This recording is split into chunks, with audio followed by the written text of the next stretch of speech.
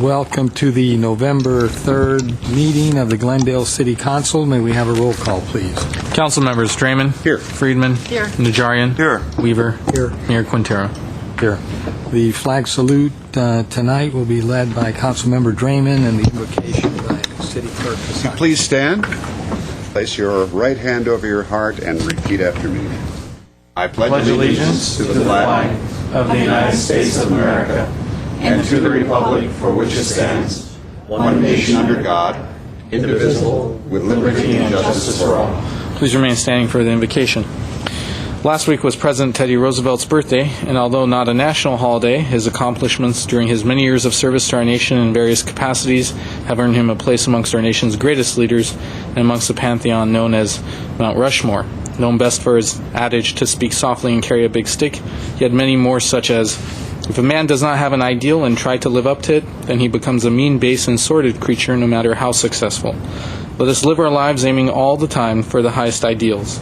Let us pray that we are never led down the path of the mean, base, sordid individuals whose aim is to tear down where others build. Let us reflect on all that we have been given as citizens and residents of this fair city and actively seek ways to give back. We pray for all this and that our council and community be guided by these principles during tonight's meeting and after. Amen.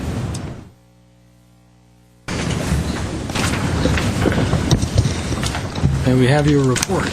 The agenda for the November 3rd, 2009 regular meeting of the Glendale City Council was posted on Thursday, October 29, 2009 on the bulletin board outside City Hall. Okay, we will move to agenda preview. Mr. Clerk? At 3A is agenda preview for the meetings of November 10th, 2009. Mr. Italian will do the report. Good evening, Mayor Quintero, members of the City Council. For the November 10th agenda, there is nothing for the Glendale Housing Authority, nor is there anything for the Glendale Redevelopment Agency. There is a joint meeting of the Glendale City Council and Glendale Redevelopment Agency. At 1 is the Directors of Planning and Development Services regarding discussion and analysis regarding the proposed zone change application requesting an advertising signage overlay zone. There's also a number of presentations and appointments. Actually, there's only one for the Glendale City Council meeting. At 3B is a commendation to Mr. Luis Alfaro by Public Works. There's a number of consent items, and under action items at 8A is the Director of Parks, Recreation, and Community Services regarding proposed application to the statewide park development and community revitalization program for 2008 for funds to develop Maryland Mini Park. At 8B is the City Treasurer regarding the City Treasurer's quarterly investment review as of September 30, 2009. At 8C is the Director of Public Works and the Acting Chief of Police regarding red light camera photo enforcement. And at 8D is the Director of Administrative Services regarding the first quarter update and adjustments to the adopted 2009-2010 budget. And under hearings, there is one item, the Director of Planning regarding Glendale Historic Resources Listing and Mills Act contract for the property at 1220 Cortez Drive. Okay, thank you. Mr. Kasaki, would you read 3C into the record? At 3C is appointment of Mr. Zonko Arminian to the Glendale Water and Power Commission. This was a nomination of Councilmember Najarian. Mr. Najarian. Thank you, Mr. Mayor. I placed Mr. Armenian's name into nomination for the GWP Commission. Mr. Armenian is a graduate of George Mason University. He's currently employed by Southern California Edison. He has extensive knowledge about the electric utility industry and the issues involved. He has experience working on utility customer service, transmission, distribution, smart meters, renewable energy, and labor issues. And he communicates on these issues with the senior officers at Southern California Edison. I see he is in the audience, and I would urge a unanimous approval of his nomination. You're trying to put pressure on us? I'll second it. Okay, I have one speaker card. Mr. Milano, Herbert Milano. Mayor Quintero, members of the City Council and City staff, my name is Herbert Milano. I come before you to encourage approval of Mr. Zonko Arminian. because I believe that we need individuals on these boards who are going to look out for the public voice. So often when individuals are now selected and they are taking a place right there behind the dais, there seems to be a transformation that takes place. It seems that all of a sudden they become part of the powers that be. They become like another individual, another member of the staff. And that's the impression that I get whenever I face these different commissions and bring up issues that pertain to the public's need. The Glendale Water and Power today faces many challenges, but among them for the public is the fact that we have one of the highest electrical utility rates in the state of California and the highest electrical utility rates for commercial enterprises. I think that we need someone on this board that is going to be looking at the needs of the public first and have reports that come periodically so that we know that these needs are being addressed properly. There are 20,000 people in need of a break for the electrical utilities that they cannot afford, and that subject is not being addressed, and it is my hope that Mr. Armenian will have the sensitivity to be able to address those issues and bring it forth so that the public can hear it. Thank you very much. Okay, any other comments? So I would move 3C. And there was a second. Yeah, I second it. Seconded. Roll call. Councilmembers Draymond, Yes. Friedman, Yes. Najarian, Yes. Weaver, Aye. Mayor Quintero. Yes. Please read 3D into the record. 3D is an appointment of Ms. Mauro Lori Yakubian to the Transportation and Parking Commission, also a nomination by Councilmember Najarian. Thank you, Mr. Mayor. I would move item 3D, the appointment of Mauro Yakubian. Mauro Yakubian is a graduate of Occidental College and a graduate of Widener University School of Law in Pennsylvania. She worked for the Attorney General of the state of Pennsylvania. She also interned in the United Nations. She is a mother of 3 young boys. She's the vice president of the College Hills Community Association. I am happy to say that she was of great assistance to me during the development of the Glendale Safe Streets Initiative, the famous 5-point plan. And I am confident that Mauro Yakubian will be a competent and dynamic member of the TPC. And for those who think the name rings a bell, Mauro Yakubian is my sister. And I would urge a unanimous approval of her nomination. Okay, is there a second? I'll second with a question, Mr.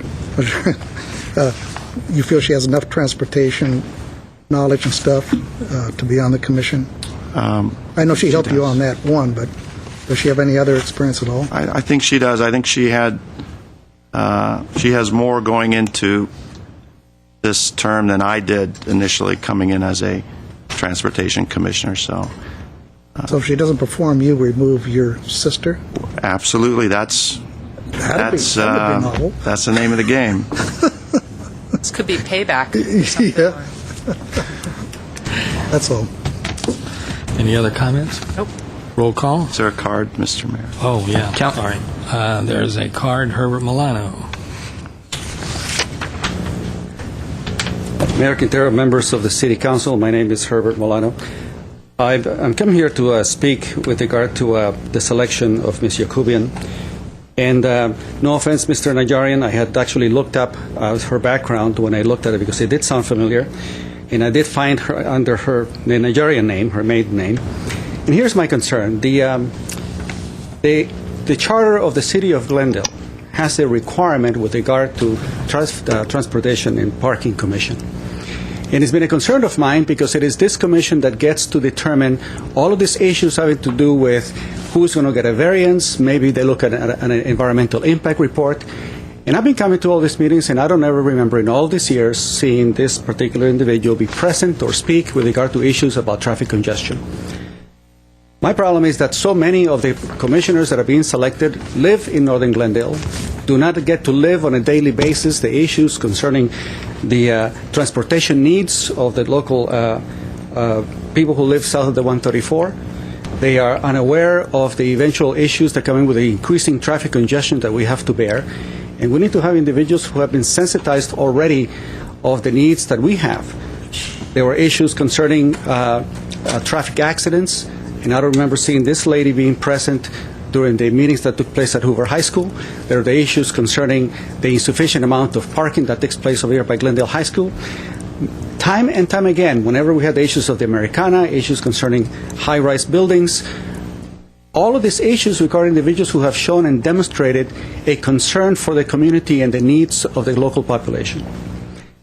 The charter says on section 2.64.030, section B, at least 3 members shall be persons who currently or previously, as a result of their training, experience, or attainment, are qualified to interpret transportation and parking issues, including transportation planning, civil engineering, traffic engineering, urban planning, none of which Ms. Jacobian has, except for the assistance she gave her brother. I think that this is a city of 200,000 souls, 100,000 adults, and professionals all over the place, that we now are basically selecting an individual who is so closely aligned with Mr. Najarian. We need a certain amount of independence here. I recommend that this particular nomination not be approved, because it behooves us for us to find individuals with at least some scientific background and some sort of independence, so that when someone wants to put up a high-rise building and there is variances being provided and there are issues with traffic, that we have someone who's going to be looking out for the public and the public's concerns. This is the wrong way to go about it, and I think that Mr. Najarian can definitely find many other professionals in the city of Glendale who can achieve the proper balance here. Thank you very much.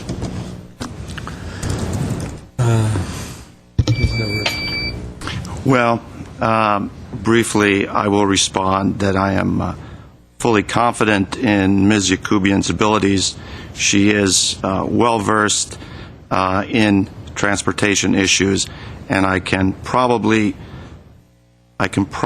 state that at this point in time, with regard to transit issues, she probably knows as much as anyone on the current commission, except perhaps the current gentleman from the DOT, Mr. Aram Sahakian.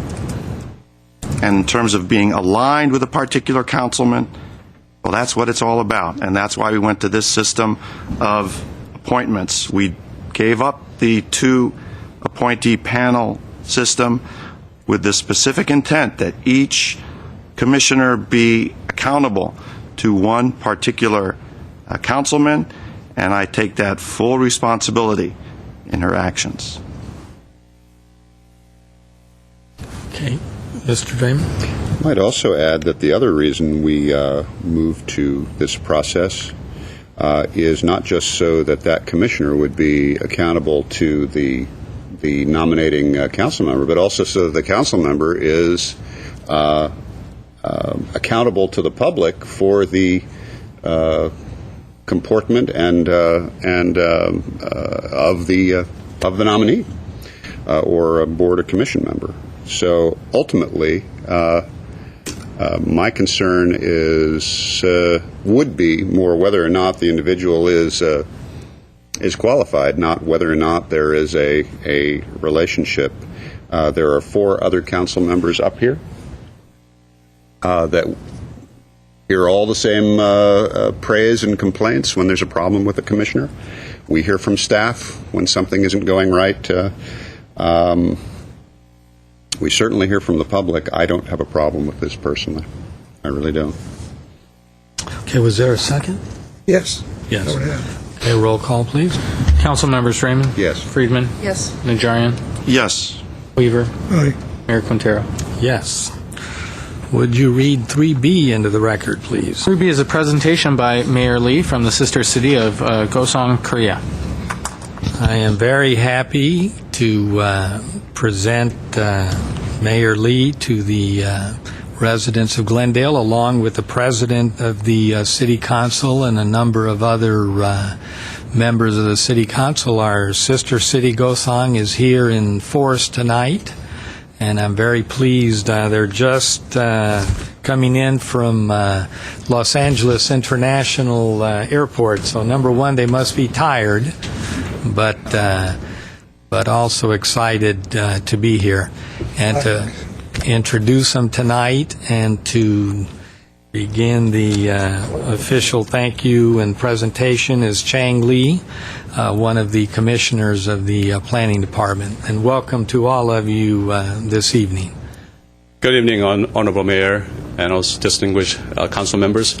It is a privilege and honor for me to introduce Mayor Lee from Kaohsiung City, which is our sister city, and the president of the Kaohsiung Council, and also chair of the Kaohsiung Committee.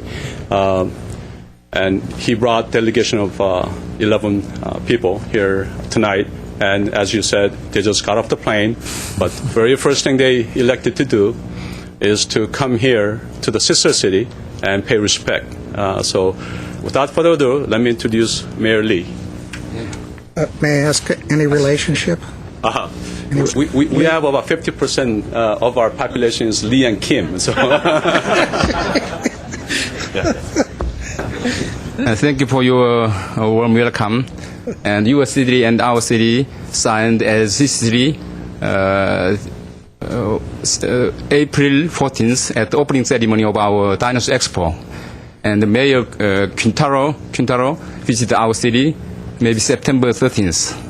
Thank you for your visit. My pleasure. And I am very happy to be here as mayor of your sister city, and I hope our friendship will be forever, and our sister relationship will turn out as successful. Thank you very much again. Thank you, Mr. Lee.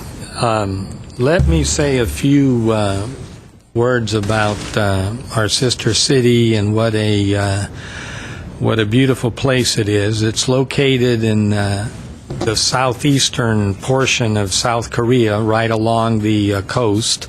It's just a very beautiful place with a very nice downtown area. It's all very green. There are mountains all over surrounding the city. And under Mayor Lee and the council members, they developed a tremendous theme park, but it's more than just a theme park. It's actually, there were dinosaurs, prehistoric times that I guess wound up being buried there in not unlike our La Brea tar pits. And so using that kind of information, they transformed this natural sort of habitat into a very interesting park that has a scientific component. Then it also has a very sort of fun component and a educational component. They've just done a tremendous job of putting that together. To me, it's got to be one of the best tourist destinations in Korea. Just very, very well done. But it's a totally balanced economy in this city. In addition to that, further up the coast, they're building ships. They're building ocean-going vessels and all of the different companies that put together those type of industries. And then, in addition to those two things going on, then under Mayor Lee and the council members, they're also heavily involved in green technology, and specifically the idea of growing rice and not using pesticides, using all natural products. Not only rice, but chicken, agriculture in general, hogs and cattle, etc. And so I think you're to be commended, all of you, all the members of the council are to be commended, how you're not just focusing on one industry or on one thing. I was just very, very impressed with everything that you've done, not just a personal goodwill that you showed to me, but just observing what your city is about and how successful you've been in making the jump from agriculture to industry and also to entertainment. So it's going to be my pleasure to have you spend some time with the City Council in the next few days. We have a number of activities planned, and I'm really happy to see you. I feel like some old friends are back in town. So. Mayor Lee from Kaohsiung, this is from their city. brought this, he missed it by 3 days. He missed Halloween. This is the famous mask of Gosong, and it's a good spirit mask. And this is being presented to the city from Mayor Lee to Mayor Quintero. And then I also, well, let me come down and accept the mask.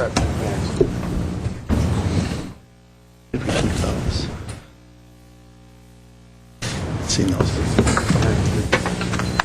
Nice to see you.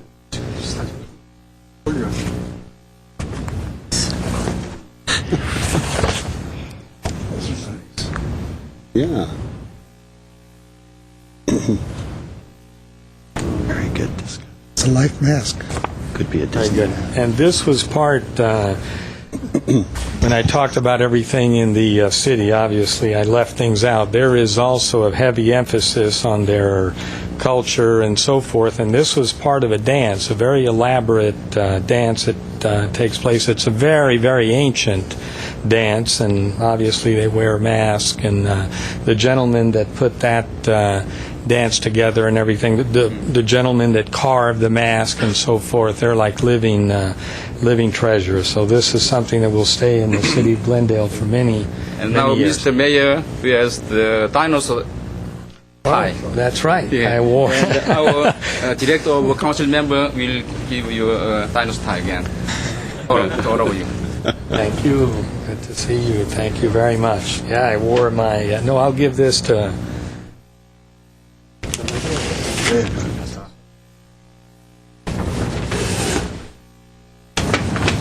Well, if there's other ties, then I won't have to give this up. Oh, of course. Mayor Quintaro explained about our environmental friendly agriculture.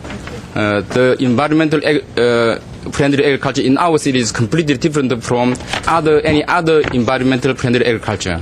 That's why our President Myung-Bak Lee visited our city July 31st, and our Prime Minister visited our city also, and the Minister of Agriculture visited our city 3 times in 2 months. So it's a kind of agricultural revolution. So our city is the origin of agricultural revolution in Korea, in the world. Yeah, I had the opportunity to tour the different rice fields where they were growing the rice, and you literally just have this. It's even greener than the other rice fields. But we also have some presentations that you can make, and I'll read the. They are I'll start with the president of the city council, and that's Yanamoshe Zhang-ho.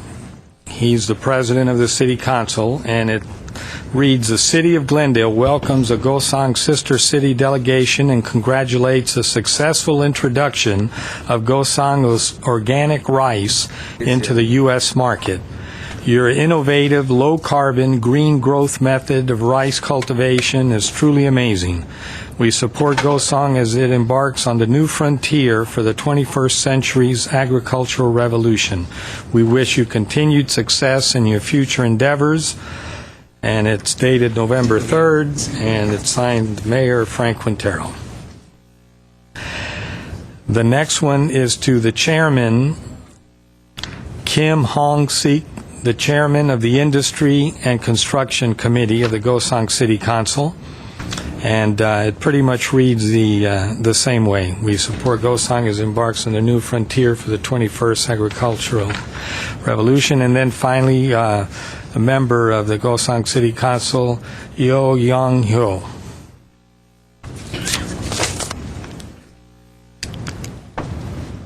Thank you.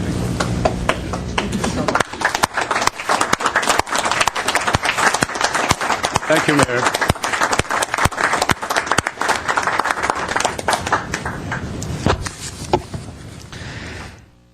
And to those of you in the audience Yeah, go ahead. Go ahead, come to the podium, please. There was a video that Oh, yeah. let's show the goes video. on, so Absolutely. that might be more educational. Is it primed? I think so. We're going to give it a shot. Okay. Gosung-gun in There you Gyeongnam go. Province. Better. It was the capital of ancient Sogaya, and it is now the home of history and culture, where you can enjoy ancient mysteries and tradition. A big challenge and change are underway in order to achieve a miracle of Sogaya in the construction of a new Gosung in Gosung-gun.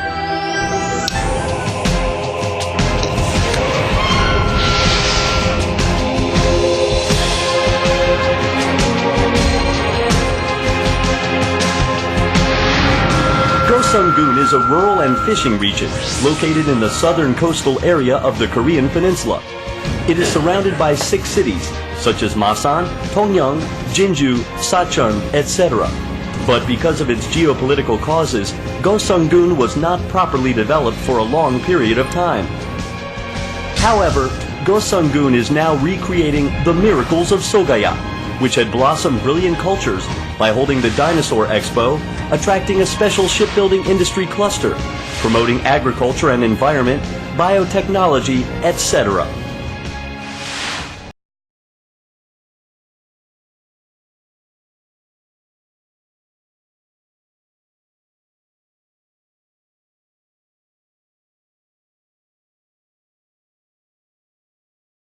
Across the southern coastal area of the Korean peninsula had not attracted the people's interest until recently.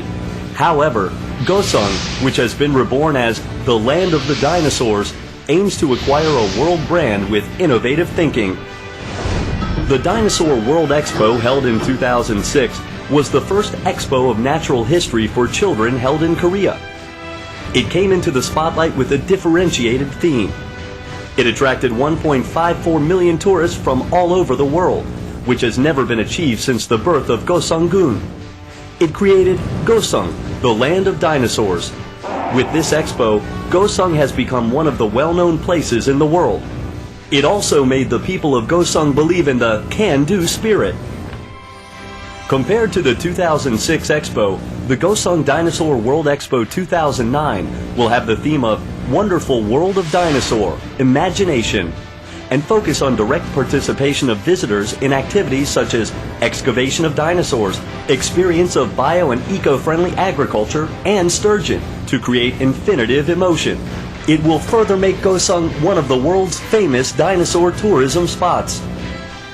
In addition, Gosung has dinosaur footprints which are designated as the Natural Monument number 411, Dinosaur Museum, Natural Caves, Sangjongam Rocks, where special events will take place during Dinosaur World Expo, and many cultural heritages and sites, such as the 1,000-year-old temple of Okcheonsa, Gosung Ogwangdae, Mask Dance of the Five Clowns, and Gosung Nongyo, the Farmer's Song, which are intangible cultural heritages.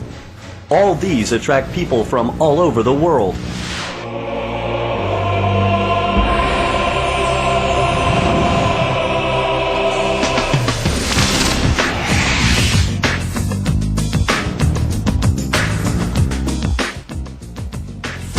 A challenge to impossibility. The attraction of the Special Shipbuilding Industry Cluster is a drama which no one had thought of. Gosung has a coastal line of 186 kilometers, of which 79% is designated as a fisheries resource protection area. Therefore, it was very difficult for Gosung to be designated as a special region for the shipbuilding industry. However, Gosung was designated as the Special Shipbuilding Industry Zone by the government in 2007 through the joint efforts of Gosung's provincial government, its council, and people for designation. With the designation of Gosung as a Special Shipbuilding Industry Zone, the population has increased. The total population of Gosung, which had continuously been decreasing for 43 years since 1964, started to increase, making people happy. If 3 areas such as Nasan, Yangchom Yongjong, and Jiangjua are developed for the Shipbuilding Industry Zone by 2012, they will create jobs for 32,000 people and the resulting economic effects are expected to reach 5.6 trillion won.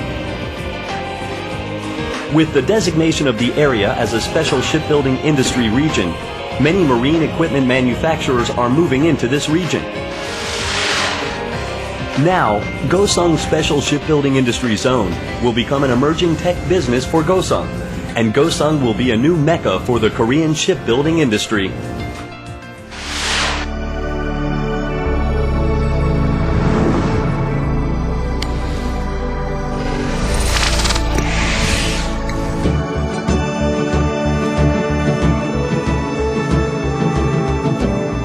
Now, Gosong is undergoing an agricultural revolution, which will completely change the paradigm of conventional agriculture. In order to win in the endless competition of worldwide agricultural technology, we have started meeting challenges in agriculture and environment biotechnology.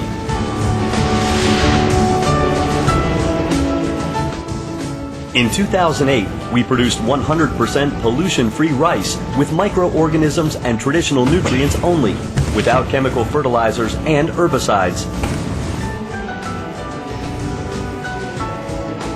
Compared to the conventional agriculture, the production cost was reduced by 60%, while harvests were up by 6%. The destroyed ecological environment of the rice paddy was rapidly revived, as the tadpole shrimp, which was designated as Level 2 endangered wildlife, had resumed habitation. Also, the locusts had returned. Gosong will increase the agriculture and environment biotechnology zone and apply the technology to the fruit growing and horticulture industry, as well as the livestock and fishing industries, making Gosong as the source of agriculture and environment biotechnology. Better environment and better health, making Gosong the leader in world agriculture.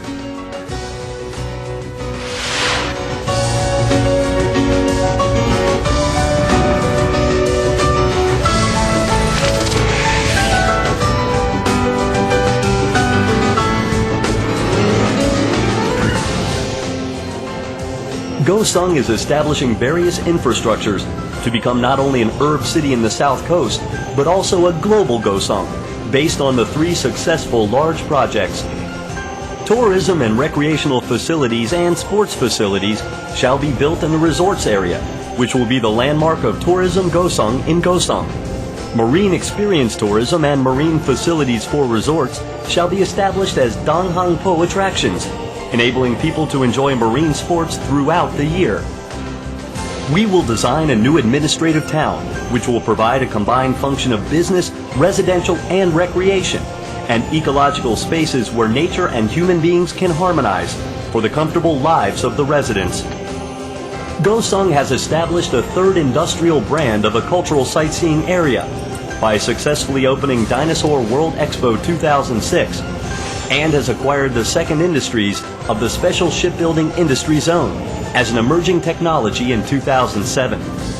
Gosong has also laid the foundation for the takeoff of a global Gosong, which harmonizes the 1st, 2nd, and 3rd industries with the success of agriculture and environment biotechnology. All of us in Gosong will gather our efforts and wisdom so that the slogan, "Let's make a miracle of ancient Sogaya by constructing a new Gosong," is not just a dream, but a possible reality. Thank you. Well, that was a much better job of showing that beautiful city and that beautiful region and everything that they've accomplished. But I think we all got a good feel for what our sister city's like. And I encourage everyone to go visit. It's just a wonderful place. Thank you very much. Right, Mr. Kisaki? Mr. Draymond?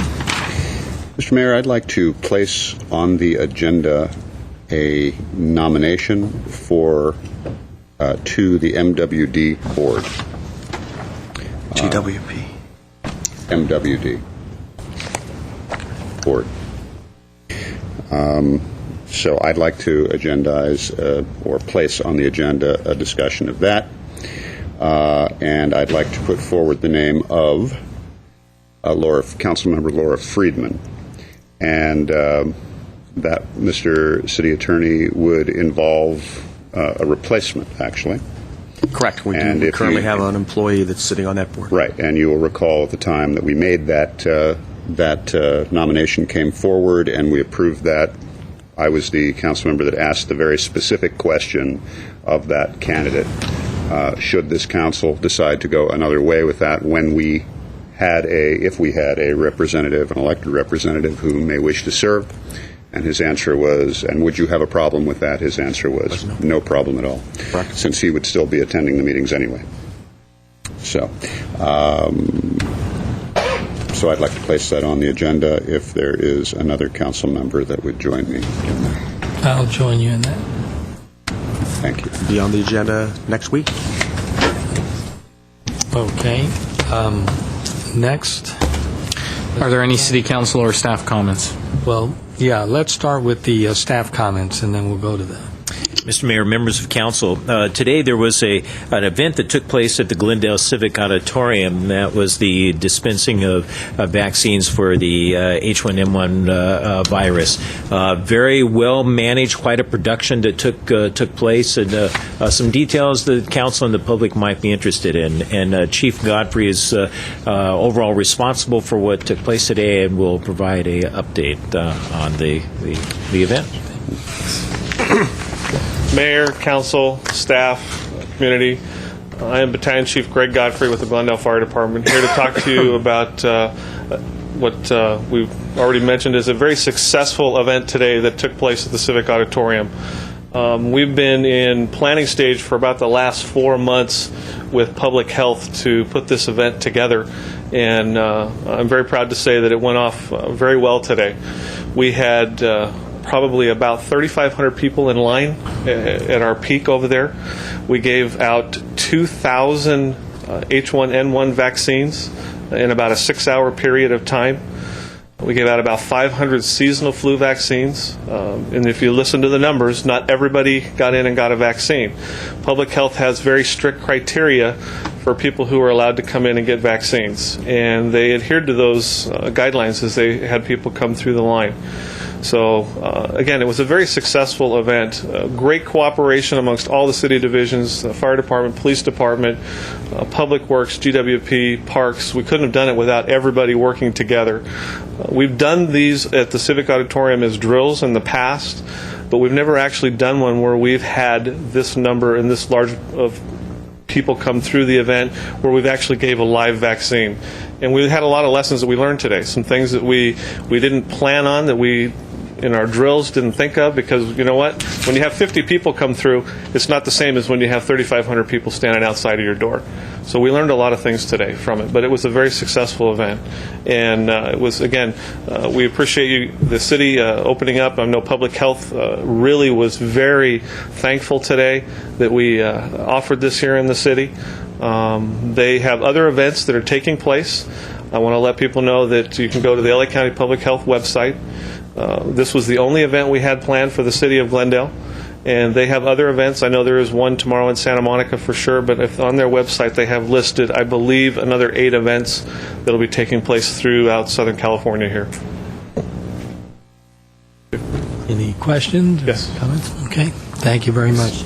Thank you.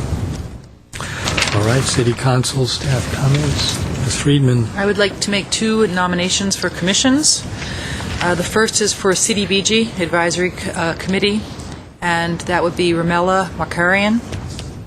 And the next is for Parks and Community Service Commission, and that's Laurel Patrick.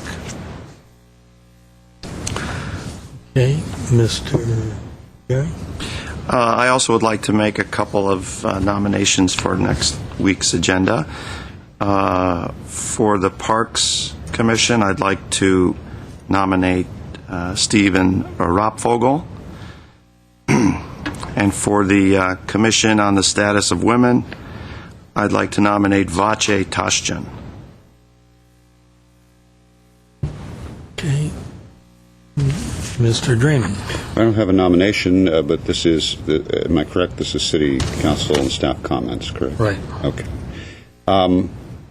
Mr. Mayor, I had the opportunity to attend the meeting of the Glendale Homeowners coordinating council meeting last night and had the opportunity to be a part of their question and answer, or as their president termed it, the subject of the DART session, as he referred to it, but it wasn't too painful, actually. And it was nice to be back and visit with that organization. But some questions came up that I wanted to bring this evening, one of them had to do with our urban forest. And Mr. Wiedeker, since you're in the chair tonight, I'd like to know if it's possible if we can get an update for the council and the public as to where we are with our planting process. And I know that we are behind, but if we can get an update on that. And there was a lot of rumors taking seed, if you will, about whether how many trees we might be imminently adding. There have also been some questions about what we're doing with our carob trees that are being removed and their replacements, how they're being replaced. So if we could get an update on that, that would be terrific. Secondly, there was a question, Mr. City Attorney, about the council having voted to hear every appeal. And that came up. And not knowing exactly what the reference was to, I thought I would bring it here and lay it on you. So. Mr. Mayor, members of the council, I can quickly answer that. Yeah. If I think I understand the question, and certainly someone can correct me if I'm not understanding it accurately. Some time ago, the City Council voted to hear, and we used to have a one-step, two-step process where appeals would come to the City Council for a determination if there were issues of sufficient substantiality to warrant the granting of appeal. The City Council was concerned in the land use context, variance, conditional use permits, other land use entitlements, that process really shouldn't be in place for that there should be an avenue for direct appeal to the City Council. The code was then amended in the land use context only to allow for direct appeal to City Council without having to go through that first step. As you might recall, last week we had that first step with regard to a taxicab permit. The code was not changed relative to any non-land use entitlement permits. All right. The next question that came up related to hillside ordinance. I know a favorite topic, and perennial one too, Mr. Hagani. And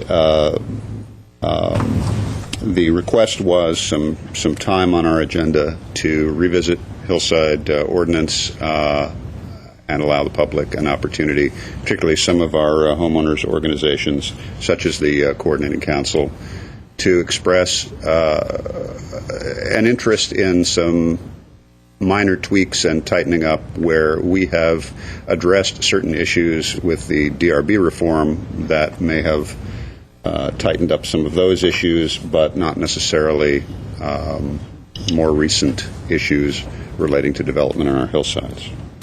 So I don't know whether that is something that you would like agendized, Mr. Hagani, or whether you would like to have direct conversation with the individuals that raised the topic.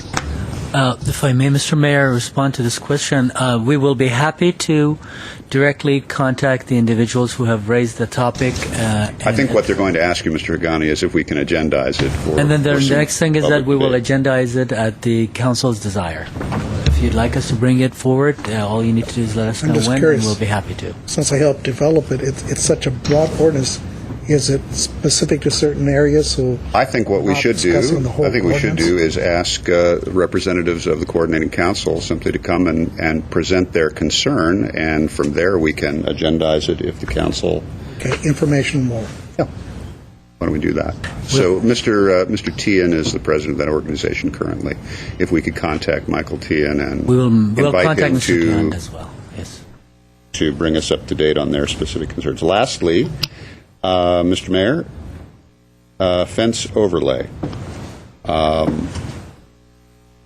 When we left that issue, Mr. Hagani? Yeah, the city council gave us direction to look at fence overlays in different parts of the city.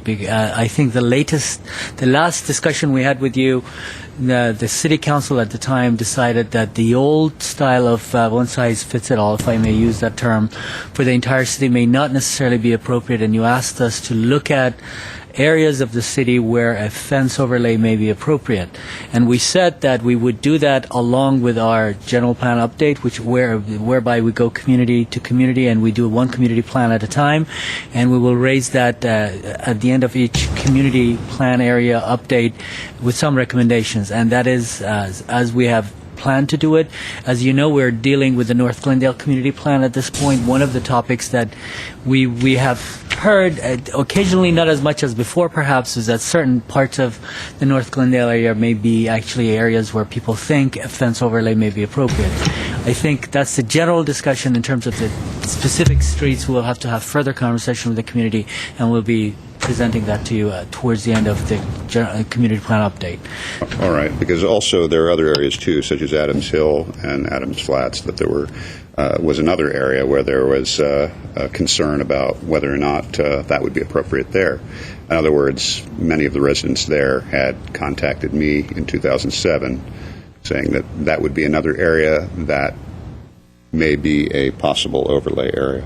So, if I may address that, it's a matter of priorities for us. We have a handful of staff members who do all of this policy discussion, and some items such as the fence overlay is a highly staff-intensive process where there are a lot of community opinions that really compete, and for us to sort through that is very staff intensive. That's why we thought it may be more appropriate to put the fence discussion along with all the other discussions at the community by community level. However, if the City Council would like to reprioritize that and give us to delay the community updates, we could. No, I just want to make sure that it has been so long since the request was made that I just want to make sure that it is in process in some way, and that's all. Okay. And Mr. McFall, I am still waiting for a response from staff related to the staff report that we received some weeks ago, which happened to mention that city staff of some sort traveled to Washington, D.C. On some particular lobbying topic, and I had asked to know who and when. And I am still waiting for that information. So at staff's convenience, I would still like to know. We will make sure. We actually did bring that information. I'm sorry you didn't. We gathered that information. I'm sorry you didn't receive it. So I will make sure you get that right away. Thank you. Thank you, Mr. Mayor.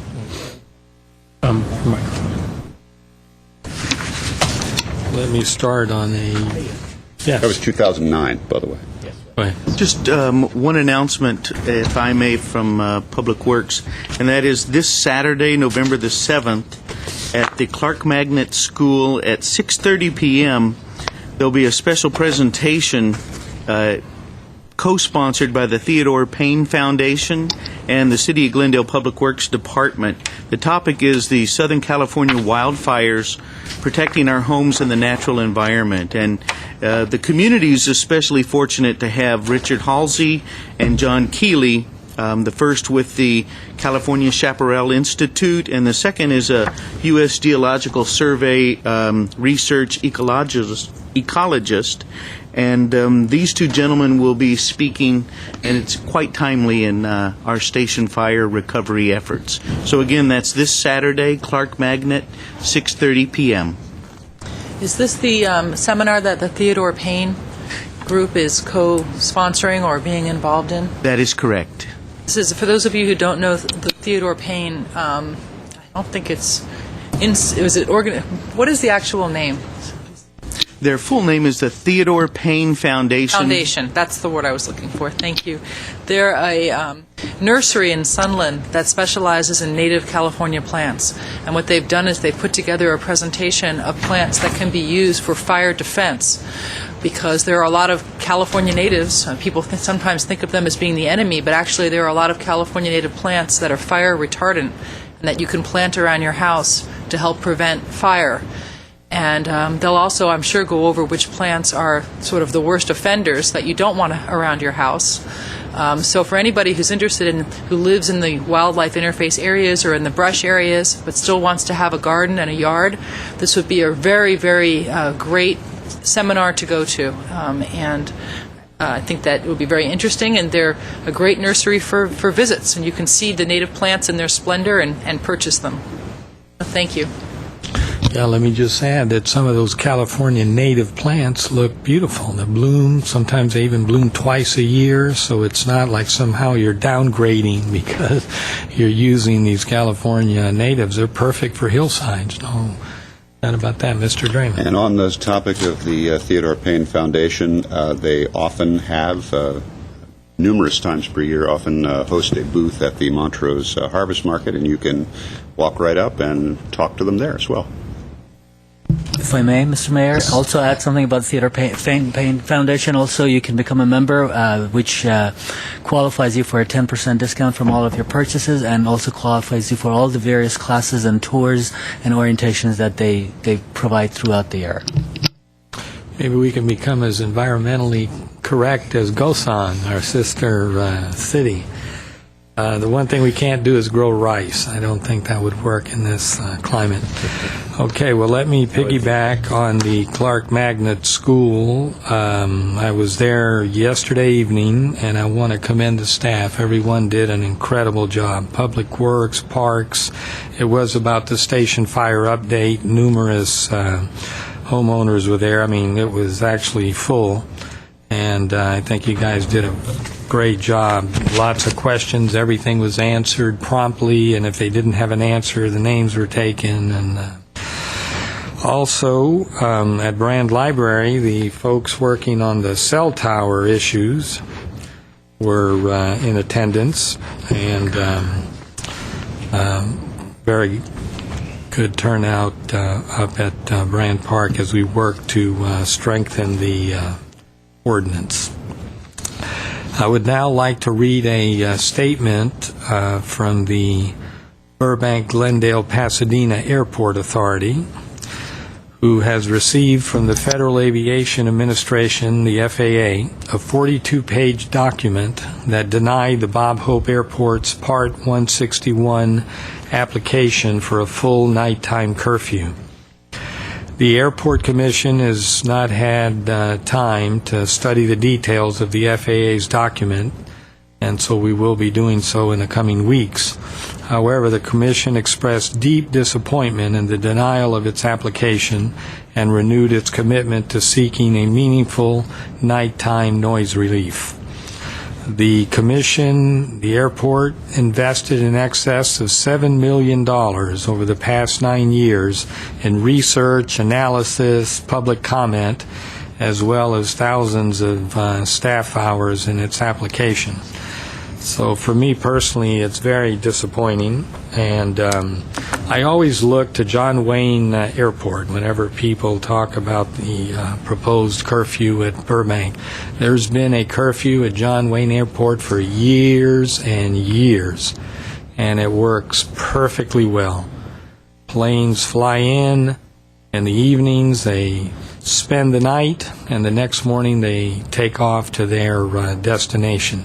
It's a much busier airport than Burbank, and if the residents of Newport Beach and other surrounding communities are protected from nighttime noise, why can't the residents of Burbank, Glendale, and L.A.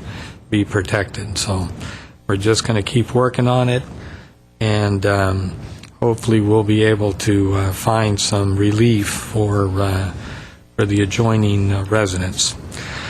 Commissioner Weaver. Yeah, I'd just like to add, because I think it's public too, that 42-page document took, in essence, is the outcome of 9 years of effort and over $7 million spent to be told no. So it was, none of us commissioners like the response that we got. Staff will be deciphering the 42 pages, and we'll have to decide where we go from there, but whatever happens, it will not be short-term. It'll be years. We try again. Okay, thank you. Next, please. Next is consent items, including minutes following our routine and may be acted upon by one motion. A member of council or the audience requesting separate consideration may do so before motion is proposed. Mayor, move the consent calendar at 5. And I will abstain on the minutes, correct, Mr. Howard? Yes. Okay, I'll second. Roll call. Council members Draymond, Yes. Friedman, Yes. Najarian, Yes. Weaver, Aye. Mayor Quintero. Yes. Next, please. Next would be oral communications. All right, this first portion, we'll start with Colin Bogart and then Leon Mayer. I asked Mr. Mayor, I just wondered if we're making progress on arranging for the public to have a half hour before. We are in the, Mr. Mayor and Council, if you would allow me to answer that, we are in the process of doing a survey with the most frequent organizations that appear before Council. Oh, okay. Thank you. For what purpose? Is there a way that this is going to be part of a larger discussion rather than, I don't know that that's necessarily the only option, and I'd like to make that a I didn't hear Mr. Weaver's question or comment. What was it? I had suggested at a previous council meeting that we're getting an increased number of people who want to make announcements, not mainly to us, but to the general public. If they could come in, say, at 5:30, 5:36, each have 5 minutes if they want them to speak. So at the council meeting, we're not held up by that component. Staff was going to look into it. Friedman. And just so that you know where I'm going, I have talked to some of the nonprofit and service groups about what would be most helpful to them, and many of them have indicated that it would be wonderful if we could do sort of an hour a month, let's say, or however we decide to do it, little movie that shows some of the different service groups and nonprofits. And maybe, it would change monthly, and 1 month feature social services, 1 month feature children, 1 month feature recreation, whatever. And that maybe some of these announcements could be rolled into doing that. And that's the reason I thought that maybe expanding it into a discussion about what we have available and what we might be able to do would both help with this issue and maybe also find other ways to help these groups. It'll be the cost factor if there's tapes and stuff. If they do and present them, it'll be... Well, some of them had volunteered to possibly do that, so that's, That's fine. Talk about. Are we hearing a second for that idea? So was that a request to put it on the agenda, Well, on a future agenda? You're Is that doing what a I'm survey, and then Well, I think You'll bring a report? with this thought, it would seem like as staff was working on singularly the idea and the concept of how would a 5:30 announcement period work. If we want to add other elements into it, staff will do a more comprehensive report, but really primarily for purpose so the city council can have a full discussion. so we by can have a council report and direction. decide if we want to agendize it, That's take action. Right. So if that's the direction from council, that's what we'll That's provide. fine. Sitting all day. Helps the public, and it's no cost item. All right, Mr. Bogart, your name for the record, please. Thank you. Mayor Quintero, council members, city staff. My name is Colin Bogart. I work for the LA County Bicycle Coalition, working with the city of Glendale on the Place Grant Safe and Healthy Streets project. And I'm here this evening to invite you and the public to attend the next of our Safe and Healthy Streets community meetings. This will be the fourth in a series of 5. It's tomorrow night, Wednesday, November 4th, from 7 p.m. to 8:30 p.m. at the Spar Heights Community Center at 1613 Glencoe Way. This particular meeting tomorrow is going to be focusing on what we're loosely defining as North Glendale. Last week was focused on South Glendale. I would like to mention that of the 3 meetings we've had so far, we've had really good response, and we've collected information and learned something at each one of these meetings. So I'm looking forward to tomorrow evening's meeting. I'd also like to mention that we did intentionally schedule these meetings to not be taking place on Tuesday evenings so that council and staff can attend if they'd like to. We're asking people to share information about walking and biking in Glendale, good or bad. And the information that we collect is going to help shape the Safe and Healthy Streets Plan, which is part of what we're working on. We encourage anybody who lives or works in Glendale to attend the meeting, anybody who walks or bikes, or anybody who doesn't walk or bike but would like to. For more information, people can call 818-334-9731, or they can go to la-bike.org/Glendale. And once again, this is going to be tomorrow evening at the Spar Heights Community Center from 7 p.m. to 8:30 p.m. Thank you. Ms. Friedman, you had a comment? Yes, I've attended 2 of these meetings, and I just wanted to let the public know that they are well attended, and all kinds of people are coming out, not just people who are kind of, the exercise type people who just like to take a stroll every now and then. People of all ages, we've had a little kid at the last one who was making a bunch of comments, and we had an older woman who was talking about how she strolls with her and her friends, and they want more benches. So if you ever have an inclination to do any walking or biking in the city and have any ideas at all, or just want to see what people are saying, I highly recommend attending one of these meetings. Okay, thank you. Leon Mayer.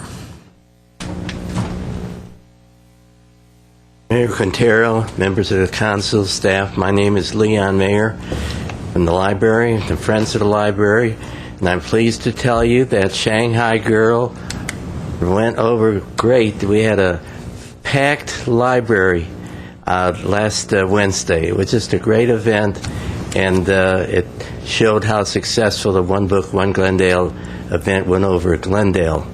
Also, I can tell you at this time now that the One Book, One Glendale, we have also an event, a couple of events for the children. We have a Glendale resident, Glendale author. Her name is Amy Goldman Koss, and she's written a novel called Poison Ivy, but it does involve bullying around children. And she's going to talk about her book, there you go, on Thursday, November 19th at the library. Did I have that right? 19th? Yes, 7 o'clock, Central Auditorium. And that should be very interesting. We expect that people who have children age 4 through age 12, 13, 14, it should be of great interest to you to come to this event. Also, you're invited by Teresa Robinette, who is the Children's Room librarian, to come there on November 14th. That's a week from Saturday, where they're having a session for children from 4 years and older to talk about bullying and games and things like that. At the same time, refreshments will be served. So we urge you to think about bringing your children to the library on November 14th. Now, we're really pleased to bring to the library Vincent Bugliosi. He's coming back to the library. He was my initial author almost 9 years ago that started the Author, Artist, and Friends series with a bang, so to speak. We had a full house for him. And for those who might not have heard of him, he's a nationally known author. He's written a book called Helter Skelter, which reflects his prosecution of Charles Manson. And this is the most successful true crime story in the history of publishing. He's also written a lot of books since that time. He's written a book, Reclaiming History, which puts the myth about the conspiracy to assassinate Kennedy to sleep. He'll talk about that book, and we're entitling his event An Evening with Vincent Bugliosi, and that will be December 1st. That's Tuesday, 7 o'clock, and we're entitling that for this reason. He has other books that people are interested in or could be interested in, famous books. Some of them have been made into movies, and he will be there to talk about all his books. Anybody who wants to know anything about any of his books, come early, and he'll have the books there. They'll be brought in there by a publisher, and they'll be for sale. He'll sign them. And I can't tell you too much about Vincent Bugliosi. Here's the man who, do I have a few seconds left? Yes, real quickly. 106 felony trials for the district attorney's office. He was successful in 105 of those trials. Imagine, unparalleled. So Vincent Bugliosi will be here at the library December 1st, Tuesday, and anybody in the audience who wants a flyer, I'll give it to them as I leave. Thank you so much. Thank you. Next, please. Next is action items. 8A is General Manager of Glendale Water and Power regarding update on state and federal legislative report. Motion to note and file report is 8A1. Mr. McFall. Yes, we'll go right to the Director of GWP. Mayor Quintero, members of the Glendale City Council. You may recall a number of months ago we presented our strategic plan. An integral part of our strategic plan was the increased presence in legislative and regulatory issues and the development of a strategic initiative for legislative issues specific to GWP. As part of that, we are now offering periodic updates to you on relevant legislation both at the state and federal level. So tonight, I'd like to introduce our legislative analyst, Lana Haddad, who will give you an update on current issues affecting GWP. Thank you. Good evening, Mr. Mayor, members of council, Mr. McFall, and staff. My name is Lana Haddad, and most of you are familiar faces to me. And I am now the legislative analyst for GWP. So I'm here just to talk a little bit about the energy and water policy action on federal and state levels and give you a little bit of a regulatory update as well. On the federal level, I'm going to be doing some very, very high-level stuff. I'm just going to talk to you a little bit about the climate change legislation, which is at the Senate level called Kerry-Boxer, or S 1733, and Waxman-Markey, which is the House resolution for climate change, and that is H.R. 2454. So on the federal level, during the month of August, we saw a clear shift from energy policy to health care as the national priority. Energy still is in the top three, right behind the economy, health care, which is the number one, and then now energy is number three. On the Senate side, 3 senators, including California's own Senator Feinstein, have introduced 3 energy efficiency tax incentive bills. All 3 of these bills are in the first phase of legislation, and we'll be reporting back to you as progress happens in the legislative process for those bills. In late September of this year, Senate Foreign Relations Committee Chairman John Kerry and the chair of the Environment and Public Works Committee, who is Barbara Boxer, unveiled the Kerry-Boxer bill called the Clean Energy Jobs and American Power Act. On October 24th, the Senate markup version of that climate change bill was released. That bill is over 800 pages long, and as the recent markup was just released, we're starting to work our way through it to find some of the distinctions between the House and the Senate bills. We do know, however, that it would set a U.S. greenhouse gas goal of reducing those emissions by 20% from 20% below 2005 levels by 2020 and 83% by 2050. The House-passed climate bill, Waxman-Markey, has a 17% cut by 2020, and the AB 32, which is the state regulatory equivalent, is about 15% by 2020. But that's because California's emissions standards are so much higher, and emissions reduction standards were higher to begin with. The Kerry-Boxer bill is modeled closely after the Waxman-Markey bill and also includes a cap-and-trade component as its centerpiece for the administrative solution to emissions control. It also includes a House excess allowances provision and also allows those allowances to what's called load-serving entities, which is a utility company in our case, to be based 50% on retail sales and 50% on historic emissions. The bill does not contain a hard price cap, which is what we were looking for in order to contain costs for the utility. Additionally, with Waxman-Markey, the bill sets out to do 3 different things. That includes the reduction and sequestering of carbon emissions, which is a similar goal to AB 32, a reduction in demand, which is energy efficiency, and a change in energy supply to clean energy, which was very similar to state legislation that was vetoed, AB 64 and SB 14. The bill goes on to amend multiple existing policies, laws, and regulations to accomplish those goals. On the state legislative front, both of the RPS bills, the Renewable Portfolio Standard bills, were vetoed by the governor on October 12, 2009. One of the bills that was chaptered was of particular interest to City Council. It was SB 407. I believe you may have received a memo from the city manager on that regard. And that is the bill that would establish requirement for water-conserving plumbing fixtures. It does affect certain aspects of the city, including permitting and planning, so that memo has gone out. And that is actually taking effect in January of 2014. On the state level, the biggest and hottest item right now is what's called the Delta Package. Introduced initially as a package of bills during the regular session, it was intended to deal with the Sacramento-San Joaquin River Delta restoration, governance, water conservation, and water use. During the regular session, however, the package of bills fell apart in the 11th hour, and the governor had threatened to veto all of the bills on his desk if agreement on the water policies were not resolved in the legislature by the deadline of his signing, which was October 9th. Although agreement on the water package was not reached prior to that deadline, enough significant process was made, and the governor called a special session on water, which is happening right now.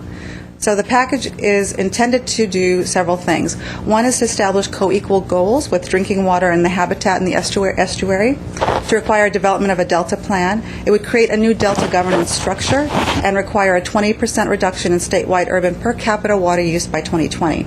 It would also establish new water use reporting requirements. Late last night, the state Senate passed a water bond bill in the extraordinary session for $9.99 billion, which would authorize investments in water conservation, delta habitat restoration, storage facilities, water recycling, watershed protection, amongst others. Because SB 2 would authorize a general obligation bond, it did require a two-thirds vote. Just hours later, and we're talking the wee hours of this morning, the Senate passed the Delta Plan Governance Bill. It also passed the Water Use Efficiency Bill and the Delta Appropriations Bill, which would authorize funding for near-term habitat restoration and flood protection projects in the Delta. Those bills are now headed over to Assembly, which was getting ready to caucus at the time of this particular meeting. Two additional bills, the Groundwater Monitoring Bill and the Water Rights Bill, could not secure the 21 votes that were required to pass and did fail. The policy bills were all linked together and cannot be enacted unless the remaining groundwater and water rights bills pass, unless the Senate votes to delink them.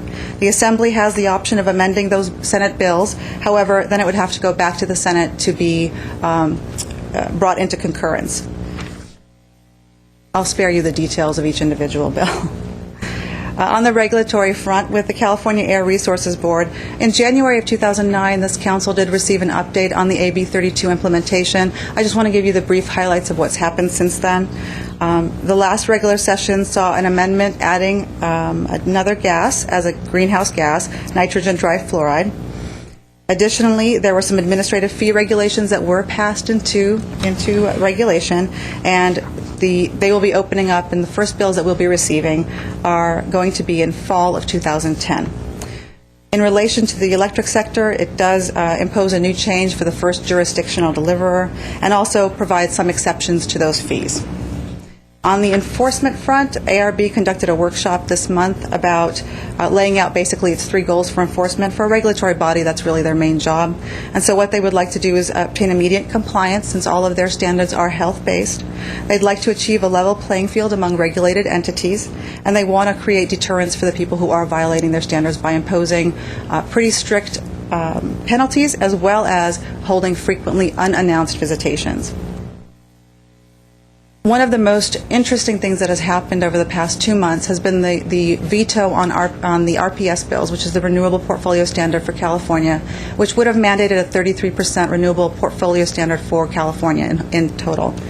Because of the veto, the governor, who supports a 33% but did not support certain provisions within those bills, he actually ended up writing an executive order signed into effect on September 15th and assigned the California Air Resources Board the ability to, actually the job of coming up with regulations that would be taken into effect by July of this coming year, 2010. Last Friday, October 30th, CARB held the first public workshops on what's called the Renewable Electricity Standard. And just immediately proceeding, because they're on such a tight time frame, at 8:30 for a 9 o'clock meeting, they released their concept paper for the Renewable Electricity Standard in California. The paper does raise multiple issues which ARB is taking under consideration. That would be whether the compliance obligation is going to be happening in megawatt hours, which is how we would purchase renewable energy, or if it's going to be stated in metric tons of emissions, which is how ARB uses for AB 32 compliance. The other issue would be flexible compliance provisions, which we would say we would need to have a longer reporting period, as well as the ability to have as few limitations on possible to meet the standards and the metrics that are laid out by ARB. And finally, there's an exclusion of loads served by certain kinds of distributed generation and generators. Finally, and before I have you all bored to tears, I'd like to just point out that we have a joint study session with the Glendale Water and Power Commission coming up on November 17th. That study session is going to be held with a special speaker, and it's the purpose of the joint study session on the Sacramento-San Joaquin River Delta is to really educate the public about the river delta in California and its relationship to reliable water supply. The delta is the single most important link in California's water supply system. It does supply roughly 30% of Glendale's water, and it is teetering on the brink of disaster because the levees that support it are now in subsistence, and we are looking at a pretty critical situation. So this bond measure and the rules that are happening right now in the special session, or the laws, are really, really critical. We have secured a wonderful speaker. His name is Mr. Kurt Schmude from MWD. He's a civil engineer and a manager in water resource planning, worked for the State Department of Water Resources, and is currently with MWD. Councilmember Friedman can speak to the quality of his presentation, and I'd like to really invite each one of you to attend. It's going to be a wonderful presentation. And I'm happy to answer any questions you may have. Questions or comments? Okay, thank you, Ms. Haddad. Anything else on this? Want a motion? Move 8A1. Second. Roll call. Council members Raymond? Yes. Friedman? Yes. Najarian? Yes. Weaver? Aye. Mayor Quintero. Yes. At 8B is Director of Administrative Services Finance regarding Prop 1A funds. At B1 is a resolution approving the form of and authorizing execution and delivery of a purchase and sale agreement and all related documents with respect to the sale of Sellers Proposition 1A receivables from the state, and directing and authorizing certain other actions in connection therewith. Mr. Mayor, we're prepared to go into a similar level of detail on this report. However, Bob Elliott is prepared just to provide a couple of sentences of a very brief explanation for them. Should be good enough, Mr. Elliott. Mr. Mayor and members of the council, in very complex financial terms, this is kind of a no-brainer. As a product of the state budget, the state has the opportunity to borrow property tax from local agencies. To borrow, they have to declare a financial emergency, which they have done. To do that, they are going to, the product of that is they're going to borrow 8% of our property tax, roughly $3.9 million. As an alternative, the California Communities is offering a securitization program, basically where the state borrows our tax. We then sell our receivable of that payment back to California Communities, which is a JPA. They then sell bonds, and we get our money back. There's no risk to the city. The state bears 100% of the cost. And in lieu of earning 2% for 3 years, this seems like a much better deal. Over 1,500 agencies have signed up to do this. So this is just approval to enter into the program and participate to get our money earlier. So with that, I can answer any questions. Move 8B1. Second. Any other comments or questions? Roll call, please. Council members Raymond? Yes. Friedman? Yes. Najarian? Yes. Weaver? Aye. Mayor Quintero. Yes. Next, please. At C is Director of Planning regarding 2010 Census Outreach Plan and funding request. At C1 is a motion implementing the 2010 Census Outreach Plan utilizing Option 1. At 2 is a resolution appropriating $79,816 for utilizing Option 1. At C3 is a motion implementing the 2010 Census Outreach Plan utilizing Option 2. And at C4 is a resolution appropriating $44,816 for utilizing Option 2. Mr. Hamler. Mr. Mayor, Jeff Hamilton is going to give a correction of a typo in the staff report and give a very brief presentation and then answer your questions. Yes, Mr. Mayor, members of council. First, in option 2 in your handout, I just wanted to correct that the total amount of money that would be required for the consultant is $17,500, not $52,500. The total for an option of $44,816 is correct. What we're here before you asking is that council hire a consultant to assist the city with its promotion of the 2010 census. We think that this would be a very good investment. Based on data from the finance department, the city has received approximately $155 per person in the city over the last decade in federal funds. What this means is that if we undercount the city population by 1% of our population, we stand to lose roughly $3 million over the next decade in federal funds. Another way to look at it is by reducing our undercount by as little as 517 people would pay for option 1.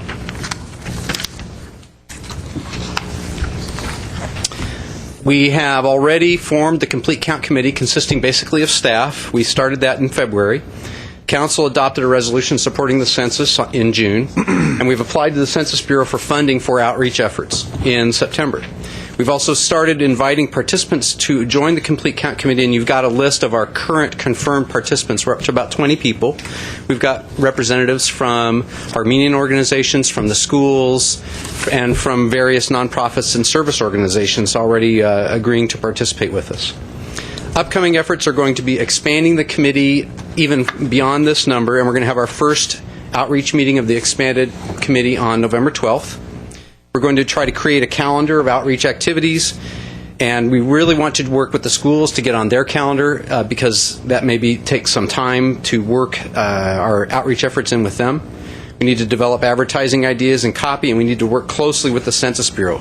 Because of the large number of ideas that we have and the compressed time frame that we want to get this work done, we really think that bringing a consultant on board now will leverage our activities and maximize the chance of our success.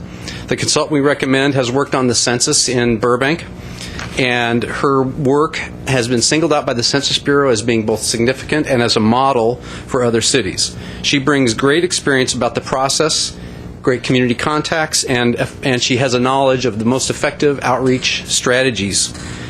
Therefore, staff recommends that Council adopt Outreach Plan 1 and the resolution to appropriate $79,816 in funds for the plan, including hiring the recommended consultant. Do you have any questions? Ms. Friedman. I have a few questions. My first question is, how are we doing in terms of our census preparations compared to other cities like Pasadena? Pasadena started well before we did, but they've recently received a setback. I understand that they asked for council to allocate a significant amount of funds, but I was told by their representative that council withdrew their funds, and now they're looking for fundraising opportunities. They have a fairly large committee. I don't know exactly what all they have done, so we are behind their efforts in that sense. I still think that the city has plenty of time to do a significant and successful outreach effort, and I think that by focusing in this period of time, we've avoided some burnout of the committee, and I think that we can still achieve a nice and highly efficient outreach package.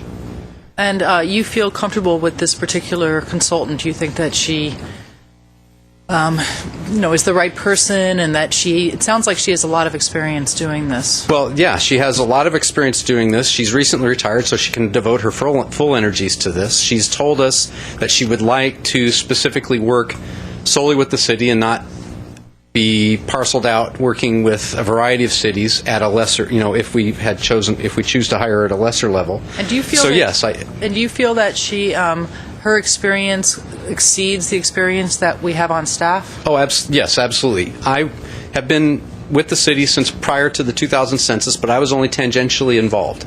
The people that were most involved have either retired or moved on to other cities. And in 2000, we also hired a consultant to assist with the city's outreach efforts. So this is not unprecedented, and I think now is the right time to bring somebody more qualified than anyone we probably have on staff to help us out.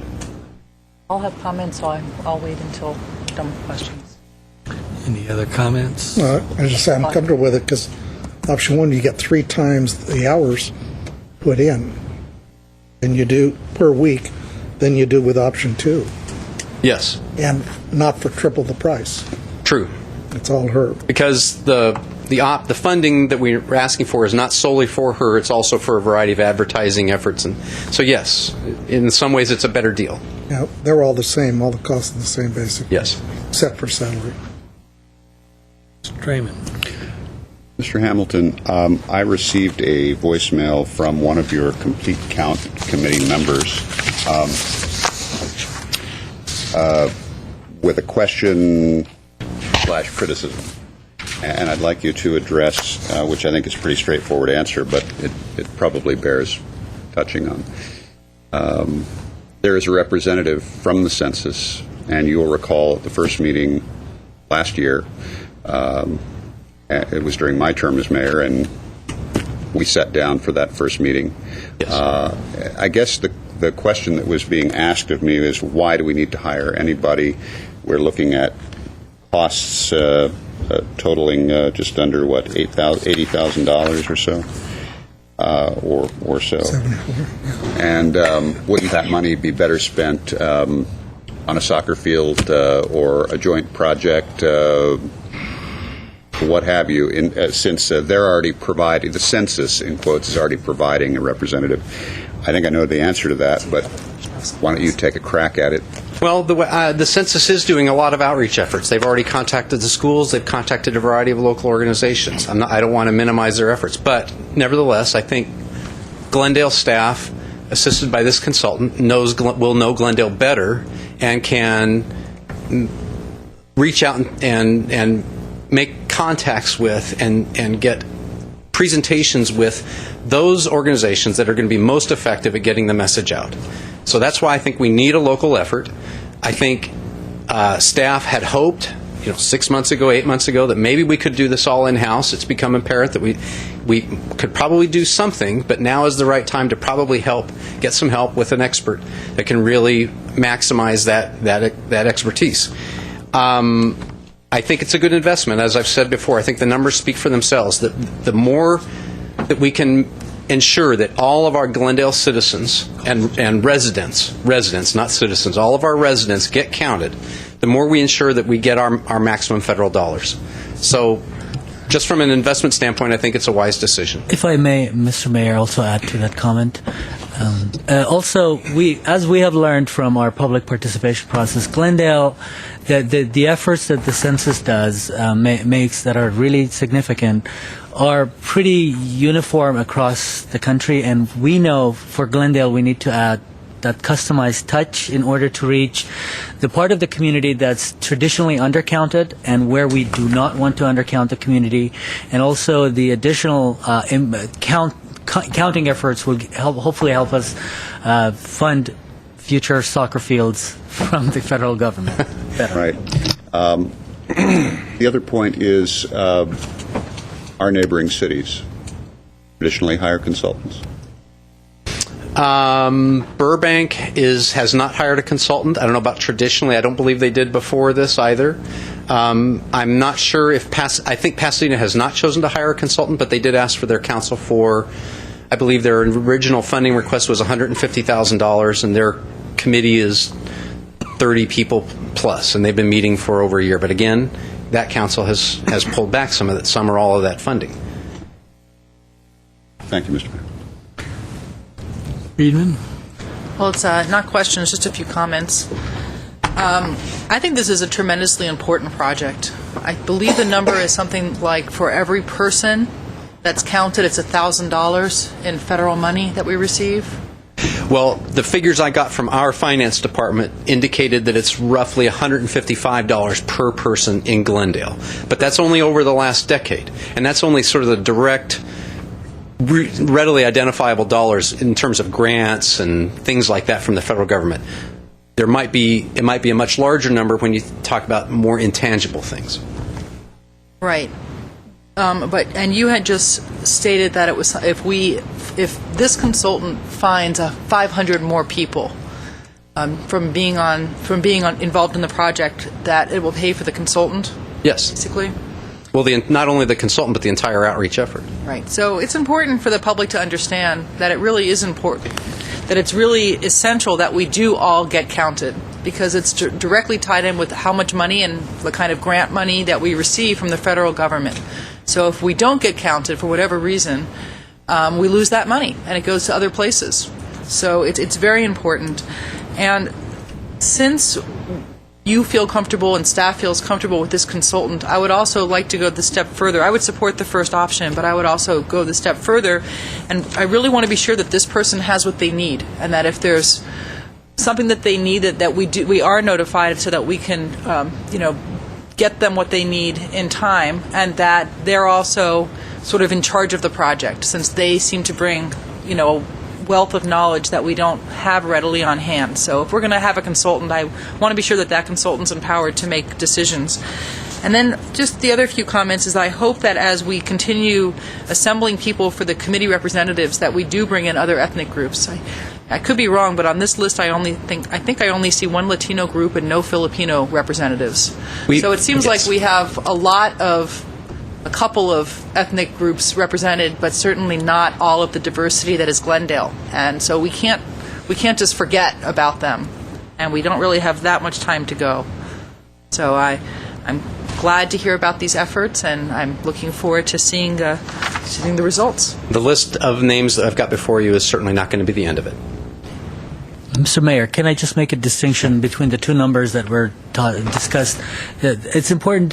It's a little confusing. So I think the number that Jeff gave is the number across the population, the entire population count. But the monies and the grants that the city traditionally gets are focused on the target areas, mostly the low-income areas of the city. So when you actually focus the undercounting that can take place in those particular census tracts, the number per person for the city over the next 10 years would be a lot higher than the $150 some dollars. So because it won't really be divided based on the entire population, it'll be divided based on the undercounted population in the target census tracts. So we really, for every person that's undercounted, we are to lose a lot more money than between $100 to $200. So that's a distinction that's not exactly clear at the first glance, but that's what the money that we work with over the next 10 years. Confusing? Or said another way, those people in the low-income census tracts, our funding from HUD and other federal agencies are directly tied to that population, not a population that is an upper-income population in other parts of the city. Right. Ms. Najari? Well, it was 10 years ago, maybe even longer, that I sat on the oral board committee to hire our census worker for the 2000 census. And I remember discussing their qualifications, and the gentleman I believe that we picked had a great background in business. He seemed like a real good organizer. But I think we failed in the 2000 census. I would have to give a failure. And the reason is I don't think that we did appropriate outreach to the immigrant community, in particular the Armenian community. Let me tell you why. Many of the immigrants from Armenia, actually from the former Soviet Union, have a huge distrust for the government, whether it's local government, state government, national government. And here comes a form into the front door. Tell us how many people live in your house. Give me a break. I mean, if that thing didn't get shredded or put down the garbage disposal within 5 minutes, I'd be surprised. And even if they did do a response, there's no doubt in my mind that that response was an undercount. Why? Several reasons. They've got grandma and grandpa living in their apartment, and their lease says, you can only have 2 people living here. They've got grandma and grandpa living in there, and maybe that grandma and grandpa are on disability or on Social Security or some sort of government assistance. And oh my gosh, if we answer that, they're going to realize that we're helping grandma and grandpa, that they're going to cut their government assistance. Social Security, welfare, disability, whatever. There are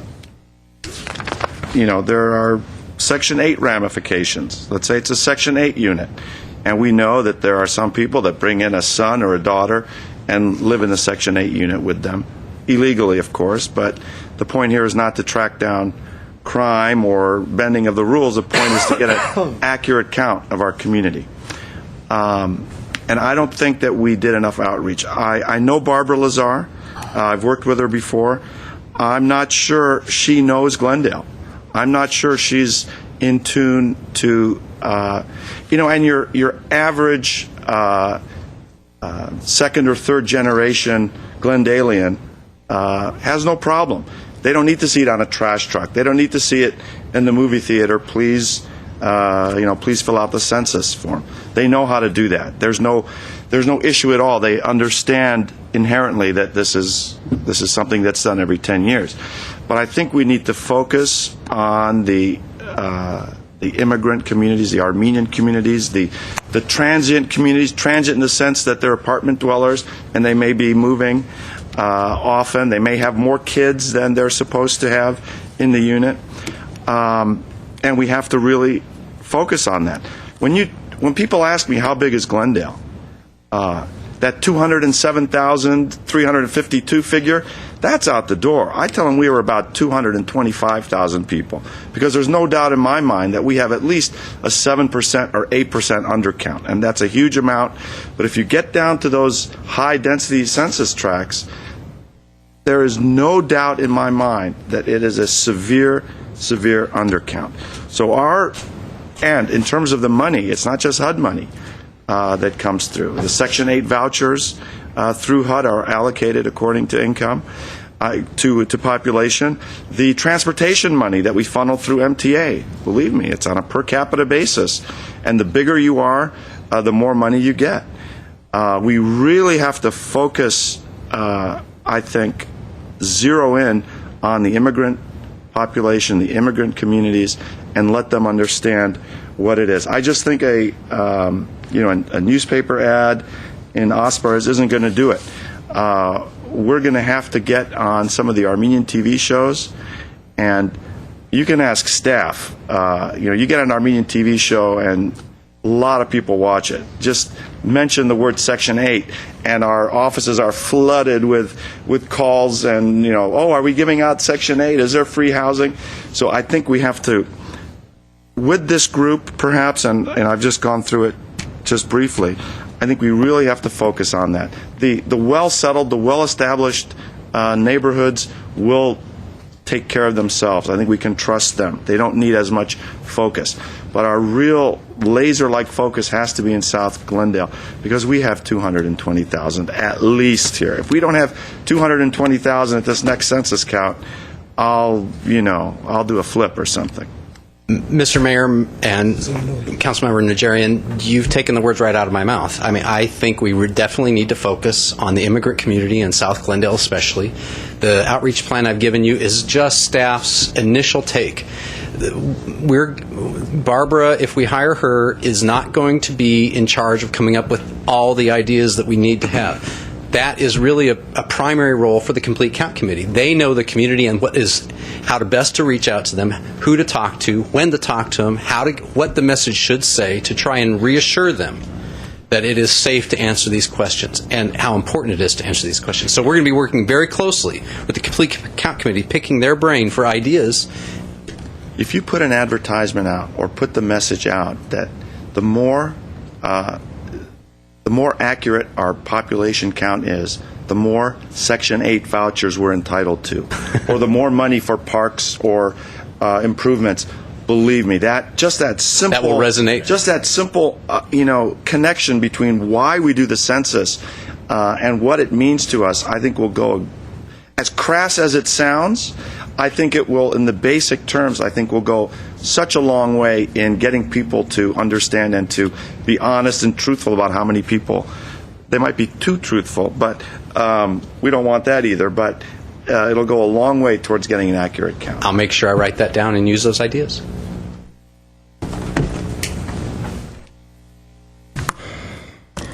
And so I would support the option that has the greater funding for the almost full-time efforts, hours of the coordinator. Mr. Mayor, members of council, I just wanted to assure council these comments are so valid, and actually looking at the outline here, accepting Mr. Hamilton at his word that this was an initial blush. I think our experience tells us absolutely there are so many other means that we just know on a day in, day out basis that we have to employ in order to be able to fully reach our very complex population. So we will ensure that those strategies that council has suggested in the past and that we have found to be effective are employed. Because as everybody has stated on the obvious, our next 10 years worth of funding is totally dependent on how accurate and robust this count is, and it's worth every dollar that we put into it. For myself, we have to focus on the multifamily census tracts. That's where the undercounts always take place here and nationally. And so the more time we spend targeting that population, the better off we're going to be. I have one speaker, Mike Mohill.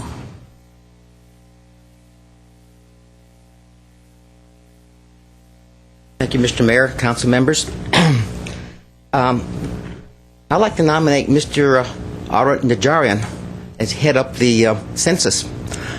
He speaks with such passion.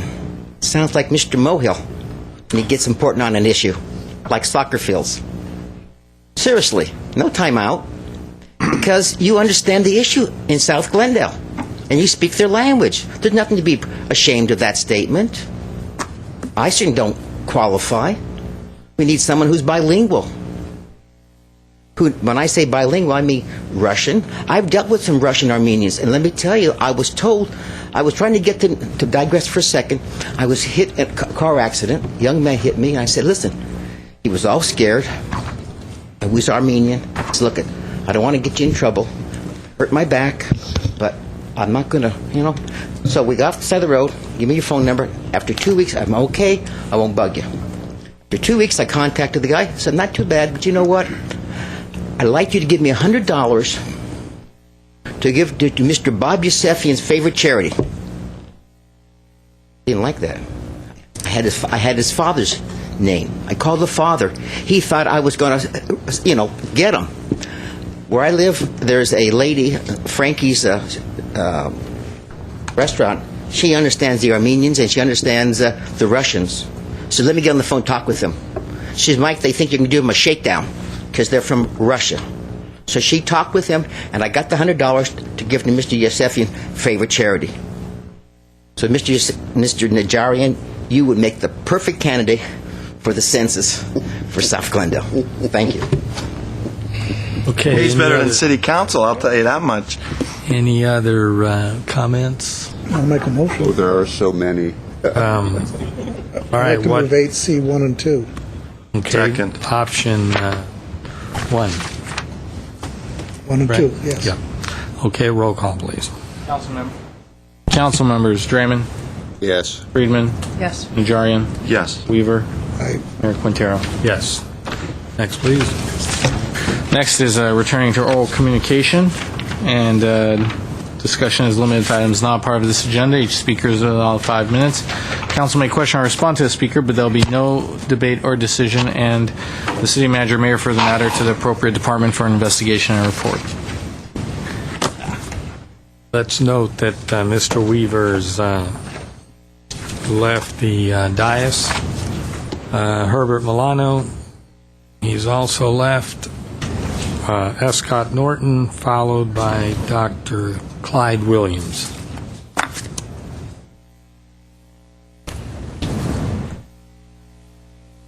Good evening, Mayor Quintero and City Council and staff. My name is Escott Norton.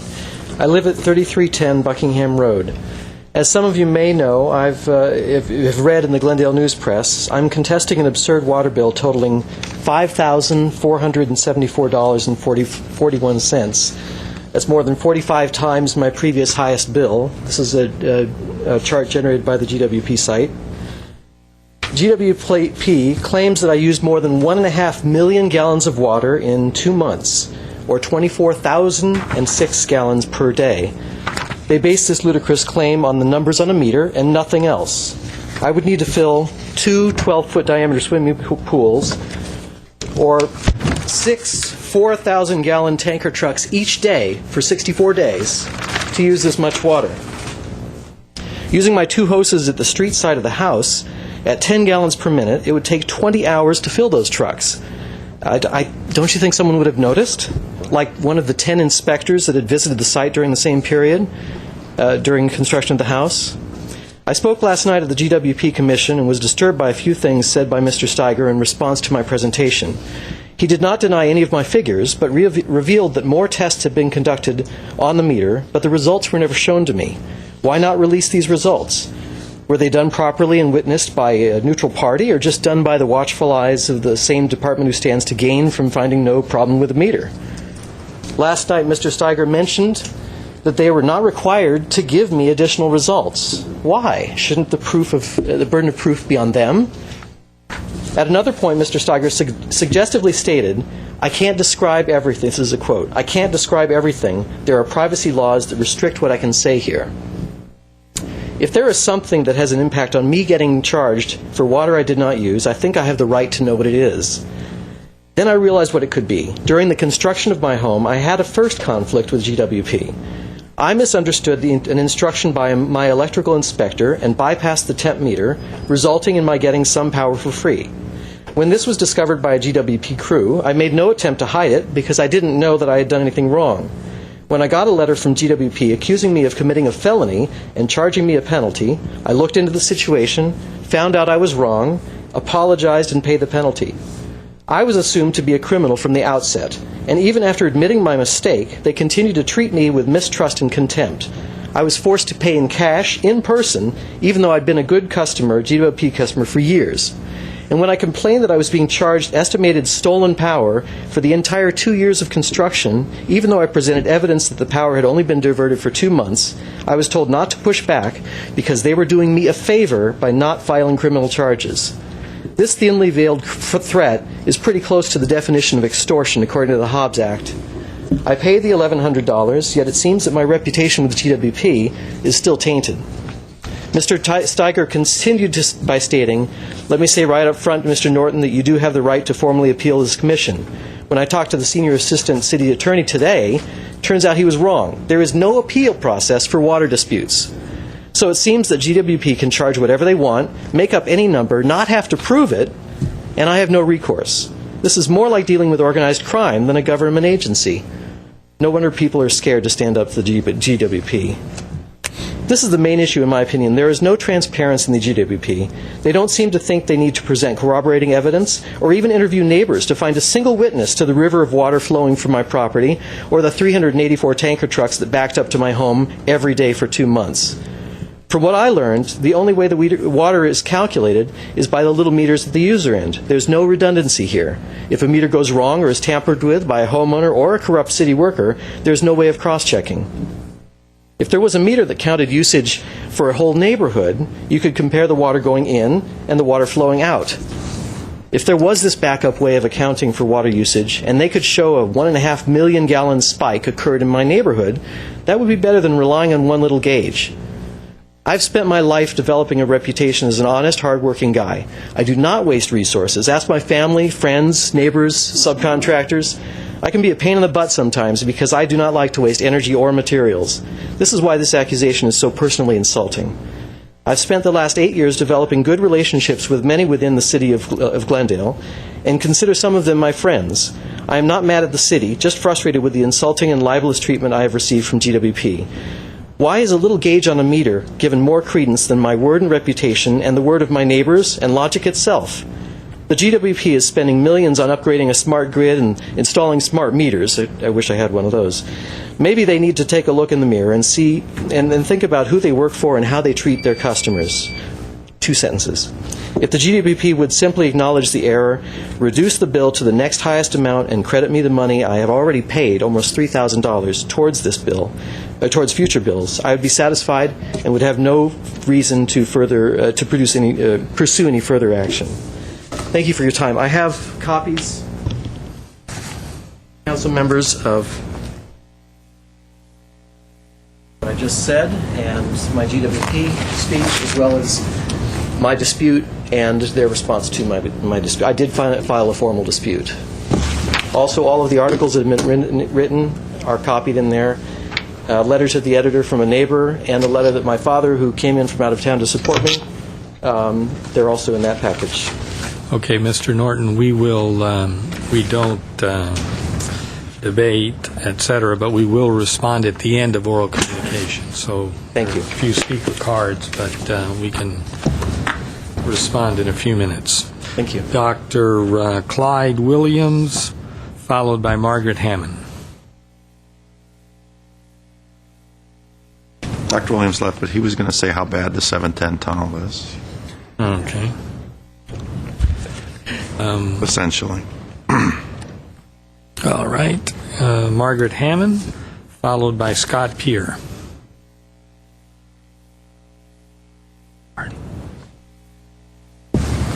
Good evening, Honorable Mayor and members of the council, city staff, and the audience, TV land here and home. My name is Margaret Hammond, and I'm a 50-year resident of Glendale. I'm here tonight for a couple of reasons. One is I want to announce again and again the phone number for the large item trash pickup. I still see a lot of the trash, and particularly in front of apartment houses, which of course in my area of Glendale, Boynton and Palmer, all those is nothing but apartment houses that the city council in the 70s saw fit to dump on our area. So we have to put up with those apartments and their dumping of their trash and not calling to get it picked up, which doesn't help the area at all. I mean, it really degrades it. I mean, what use is it for me to keep up my property and my neighbors where I live on Adams Hill if I have to go through the trash all the time up and down the streets? Okay, the number being 818-548-3916. Have enough pride in where you live to call the number and have your trash picked up, please. You know, the holidays are coming up. And something that we don't realize are many, of course, we do realize that many of our troops are going to be overseas over the holidays. Now, I don't know how many of you know that the troops buy their supplies, have to buy their personal supplies from PBX or whatever. And I have some friends that are interested in and told me about the coupons from the weekend newspapers like the LA Times. If you cut them out and either send them or bring them to me, I will see that they get sent to the troops in overseas, because they can trade those and get off whatever, you know, $1 off, $3 off, their shaving, their deodorants, their shampoos and so forth that they have to supply for themselves. And it would be a big help to a lot of them to have that asset. And then another thing, many of us go on trips and we pick up little bottles of stuff from the hotels and the cruise ships and so forth, and don't know what to do with them when we get them home, have bags in them. And I also happen to belong to a group that goes to the Long Beach Veterans Hospital at Christmas, and what we do is we make up little bags of goodies, so to speak, that you don't know what to do with. Again, if you bring them to me or call me, I will pick them up and get them to the people, and we make up packages for those, including socks and other goodies, candies and so forth, for the veterans in the hospitals. And remember, there are women veterans also, as well as men in those hospitals now. Now, my other thing, one of my banes of my life for many years, has been fences. And I'm not going to back down. I fought this battle for years. And all you have to do is look at our neighbors over there in Eagle Rock. I remember 50 years ago, it looked like Glendale. Now, I don't know what it looks like. There's fences up and down every street. Ugly, any old thing that anybody wants put up. All you got to do is go over Adams Hill, where it becomes York, and it changes from Glendale, and then when you go over that hill, there is a total change. All kinds of wire fences, brick fences, that just destroy the whole appearance of the neighborhood. So keep in mind when we come around to fences that, don't say, oh, this neighborhood can do it and that one can't. Because pretty soon people will say, well, I don't want to live in that neighborhood where the fences all are on the front lawns and so forth. I know I've had a few of them in my area. And believe me, I've complained about them, and there's been something done. One more thing. It was very interesting about the thing about the person that was recommended to be on a committee, and the fact that they felt that she was not a qualified person for that. When I remember the argument about Al Hoffman and how awful it was, embarrassing for him. And why? Because he was too qualified. He was a JPL engineer, and why could he be on the arts and culture with all that degrees he had and so forth? So there we are. What rules do we follow here? Is one good for one, the goose and the gander? Is the difference here? Thank you, Ms. Hammond. Thank you. Scott Peer, followed by Mike Mohill.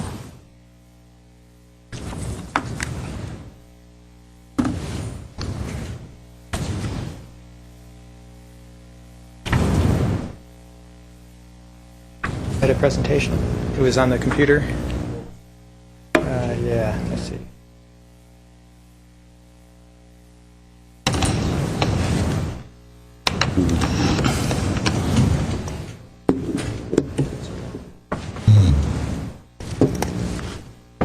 It's hard to see here.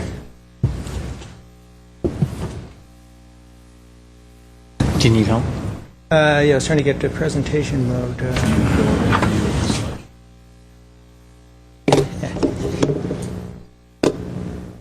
I've got the new version.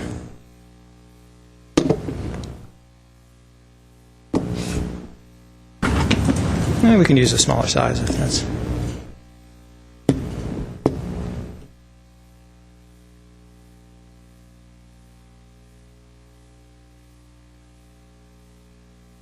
It's not working.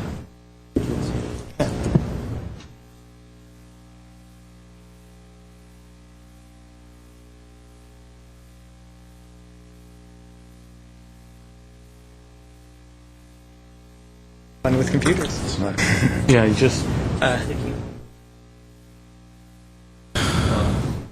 Okay, well... For some reason it's freezing up. No, for some reason it's just frozen up. If you want to go ahead and start talking, we can work on this. I don't know why. Sure. Technical difficulties. Yeah, good evening. I'm Scott Peer, and thank you for having me and listening to me. Here to talk about solar energy again. Before I get into the policy part, I'd like to just note on my own solar energy system, it has now been over a year since GWP approved it, and I've been trying to get a building permit for it. My last update to the plan was submitted in August. This is now November. I haven't gotten any word on that, and in fact, I can't get a call back as to what's going on it. I call into the office, and they say somebody will call me back, and I don't get a call back on it. But in October, there was the planning department brought some stuff in front of the Planning Commission to talk about. It was in response to our March 24th council meeting. And they had two options. In the first option, my attorney had analyzed it. He said it was a significant improvement over the current practice, and it complies with the Solar Rights Act. And he recommended that the commission approve it. The Planning Commission had some concerns, though, about solar systems if the the option one was to exempt all solar systems from all zoning. The Planning Commission had some concerns about excessive height and being unsightly, and not having a setback, blocking parking, a number of things. So they didn't approve either option, actually, and what ended up happening was that the planning department is due to report back on February 2010, so that'll be almost a year from when I was in here and you were asking for some action on that. One of the key things going on here is that the definitions of what a solar energy system is actually quite important. And in this state definition, they use a key phrase as primary purpose, and that is absent in the City of Glendale version of the definition of solar energy equipment. And it's actually, I think it's important, and that's, I think, where some of the concern is, that people could try to put in this big, ugly system, and its real primary purpose isn't actually solar energy. It's something else, and they're using the solar energy as an excuse. So I think actually improving the precision of the Glendale definition will allow you to have some control still over the energy systems and not just have it turn into the Wild West, essentially. So I was suggesting I actually have one possibility for how you could change the language of the definition in order to have some control over it by adding the primary purpose into the Glendale definition. So you go ahead, take out the zoning restrictions, but then use a stricter definition of what a solar energy system is. And I think that might take care of some of these concerns. I wanted to go through a few examples because I've heard a lot of concerns over the course of the past year from council members, commission members, planning department people. So I wanted to go through a few of those and show how these you could actually control these. So one would be basically you're adding a room on, put some solar panels on top, and then claim that that's a solar energy system. Well, if you have primary purpose in there, then clearly the purpose is a room. It's not a solar energy system. So that would be subject to zoning. There was talk about a tower, so I just made it fanciful and said, hey, somebody wants to put their Statue of David on top of a solar energy system. That's how they're going to get their big towering Statue of David in. But actually, well, what's the primary purpose of this thing? May not be the solar panels. Not only that, but it would have to be safely built. Even if they took the Statue of David off, it still has to be safely built. And that would make it expensive, so not many people are going to want to do that. There was talk about blocking a driveway. Well, not many people are really going to want to block their own driveway. The fact is, a lot of people don't use their driveways for cars anyhow in their garages. And somebody else moves into the house, they could just move the system. It's really not that big a deal. As far as kind of going Wild West, you have streets that are south-facing. Everyone starts throwing them up. You really wouldn't actually be able to control that, but the fact is most people do care about the curb appeal of their homes, and they're not going to just make them ugly. But it turns out here's an actual system. The fact is some people are just going to make an ugly system, and it's going to happen, and we're just going to have to live with that when it really comes down to it. It's not going to happen often. Not many people want to make their home ugly, but somebody's going to do it. You could have huge systems, but you don't get any money back from DWP, so there's really no incentive for that. So I guess I see my time's up, but I'd just like to encourage you to consider moving this ahead, following the state law, getting rid of the zoning, but using the definition of what a solar energy system is to be able to control the solar energy stuff, so we can actually get this moving, because this has been going on for a while now. Thank you, Mr. Peer. We can respond afterwards. Okay, thank you. Mike Mohill, followed by Michael Tehan.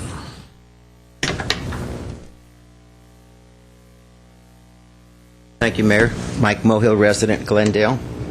This afternoon we discussed the $28 million bond for redevelopment agency. Before I discussed it, I talked with several people what they thought about this bond. One of them was Barry Allen. You read about him in the Vanguard this week, what he felt about it.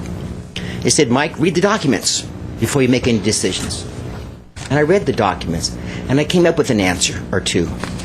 Tried to express those those opinions this afternoon.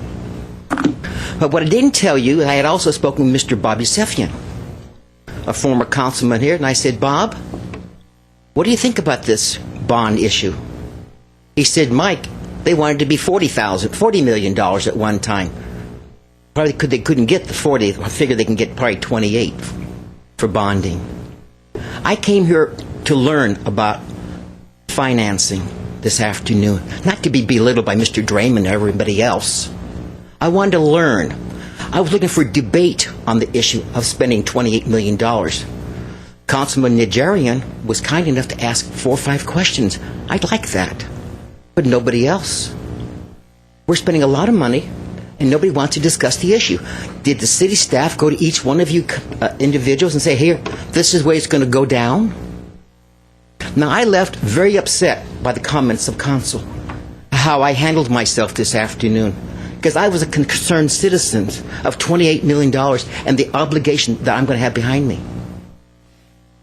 As I came home this afternoon, my neighbor, who had spoken before you back during the when I wanted to have the potholes in Glen Oaks Boulevard to be fixed, and he blew my mind. Ms. Friedman, you weren't here at the time, Ms. Friedman, when he talked about the finances of the state of California. Mr. Jering, Quintero, Draymond, and Weaver all remember him. Big, heavy-set guy. Worked for a bank. He's in the eye of the beast of the eye, whatever you want to call it, okay, about money and financing. I said, what do you think? And I told him what went on. He says, Mike, we're in big, big trouble. I said, how about coming to the city council meeting tonight and discuss it to all the councilmen, because I have a previous commitment. I said, well, what can you tell me? These are his comments to me. He said, Glendale's credit is good compared to a lot of other people. He said the short-term debt of the city should be paid off as soon as possible. I said, what do you mean as soon as possible? 3 months, 12 months, 2 years? He says, within 12 months. He says, take your money out of the stock market and put it in silver or gold. He says, gold is, did you read what happened with gold today? I says, no. He says, well, India went ahead and bought half of the IMF gold reserves. And then China went the other day. Banks are in trouble. Banks have gone from 15% in cash to now 21% in cash. They're scared. Citibank has 25% of their money in cash in reserve. Because of unforeseen circumstances, he said Glendale should be more liquid. I said, would you please come to the city council? Or would you like to talk with the staff in private? I'm not a finance man. I'm here to learn, not to be criticized by some members on the dais here. Put yourself on this side of the aisle. We're talking a lot of money, $28 million. He says the commercial buildings are the next one to tumble. And you know what? They're tumbling right now in Glendale. Look at all the empty offices there are. The impact fees. Where are they going to come from to pay this bond? And you keep adding more and more to it. Now, if you'd like this gentleman to come here, talk before the public, I'll ask him to talk before the public. Or you prefer, he'll talk with you, with gentlemen and city staff about the finances for the city of Glendale, state of California. Right now, he says Glendale's pretty good compared to other cities. And that's made me feel really good. I'm not here to play politics. I'm concerned about my city. I live here. I don't live in Burbank. I don't live in Pasadena. I live in Glen Oaks Canyon. I went to the cell tower thing the other night. Nobody participated. There was 28 people at the Brand Library. Mrs. Friedman, you remember? And over there at Pacific Park, there's only 27 people also. And half the people there were from city staff people. Okay, Citizens thank you, weren't Mr. there. Mulhill. Okay. So anyway, you can let me know if you want this gentleman to come before the city council or privately. Thank you very much for your time. Meehan.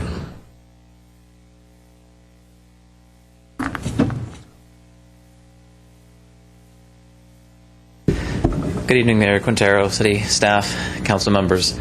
My name is Michael Tehan. I'm the president of the Glendale Homeowners Coordinating Council. I first want to thank Councilmember Draymond for gracing us with his appearance yesterday at the Coordinating Council. I think it was a very valuable time spent. The exchange of ideas and dialogue is not something that we usually get to encounter. Sometimes this communication is a bit one way, and I think it was a great opportunity, and I know that we, as members of the Coordinating Council, got a lot of value from that. The representatives of the Coordinating Council asked that I come here tonight to ask about the status of the Hillside Ordinance. I know that you brought it up earlier. Thank you for doing so. The concerns that we have is that we haven't heard about it in a while. We wanted to make sure that it was still on the agenda somewhere. We have two primary concerns. One is that we understand that it takes a great deal of effort and a lot of time to actually put together and craft an ordinance, even though it has gone as far as it has. And we know that it does take a lot of staff time and a lot of hours to put it together. But keep in mind, probably thousands of hours were put into getting it to where it is now. And the concern that we have as a coordinating council is that when members of the community put so much time and effort into something like this, to where it is now, where it appears to have general consensus among all the stakeholders, to then not act and not bring it to the council for action kind of dismisses all the effort and all the time that we put in. I think that sends a very poor message, and I think that we need to take another look at bringing it back to the surface. Another concern that we have is on several occasions when we've been before the Planning Commission, we have asked that they consider what the principles of the Hillside Ordinance are in reaching some of their decisions on projects. Because the Hillside Ordinance, as it stands now, represents the best, most concise sentiment of what the city of Glendale is looking for its hillsides. There is no better evidence in terms of what the city is looking for in terms of how the Planning Commission exercises its responsibilities. And they have dismissed, by and large, what the Hillside Ordinance is sought to do. So what we're asking for is that you take another look, that you reconsider, that you move it up the agenda and see if you can allocate the time necessary to bring it back before council so that we can act on it and actually make it a part of the city code. So thank you very much. Thank you. That's the final card for oral communications. Any comments? Everybody has comment. Okay. Start with you, Mr. Draymond. Seem the most enthusiastic. Yes. Well, first of all, on the issue of Mr. Norton, I'd like to know whether the city staff is looking into this beyond simply we don't know where the water went or how it got off the property, but the meter says it did, so pay up. Where are we with all that? The city manager and I actually just met with Mr. Steiger. I have to say there is one thing that we all agree on. It is a significant amount of money, and it is inexplicable, or amount of water and money, of course, and it is inexplicable where it is actually gone. So at this point, we are extremely concerned with how this chain of events has come about, because the meter, and frankly, I don't know why we wouldn't necessarily release the testing information. Mr. Howard might address that, but the meter has been tested and back in a number of redundant ways, and it's actually, unfortunately, simply can't get the meter to fail or to read anything but precisely accurately, which has created a bit of an issue for the department. But we are not resting on that as a conclusion. We are even if we have to reach out to very independent means to come to some type of conclusion, we're not going to rest on this until we have a suitable answer for us. It is a significant issue that we're actually honestly having a hard time explaining. Here's the concern I have, and this I'm sure this is not the last we're going to hear on this issue, but here's the concern I have, and this is what I'm going to be looking to hear something about. I'm hearing about two issues. There's the issue of the meter and whether or not it failed and whether we could get it to read anything but accurately. That's one issue. And secondly, did he use the water?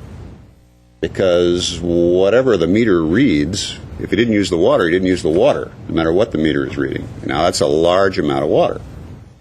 So, unless there's, I'm going to be looking for some theory as to where the water went. It didn't evaporate, that amount of water.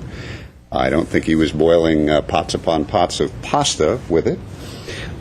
So I'd like to hear some theory as to where it went. I am hearing that there is no evidence of it, cascading down the street. So in any case, I haven't, as one elected official, I haven't made up my mind on the issue yet, but I'd like to hear something beyond just the meter, because the meter and how it reads and whether it's accurate is only one component. Yes, we will. That is also actually Mr. Steiger's calculations on the number of swimming pools this would fill is similar to what we heard tonight. So again, they made the volume, the enormity of this is not in dispute, and we also want to understand what possibly could have happened to it. So in other words, case if is a not pipe broke closed or on something this. Right. on the property in the process of construction, we would have seen. Those would be the obvious things yeah. that we haven't witnessed. Right. Okay. Hey, before you go on, Mr. Draymond, let me just jump in for a minute. I spoke to Mr. Norton in the past. It's been quite a while.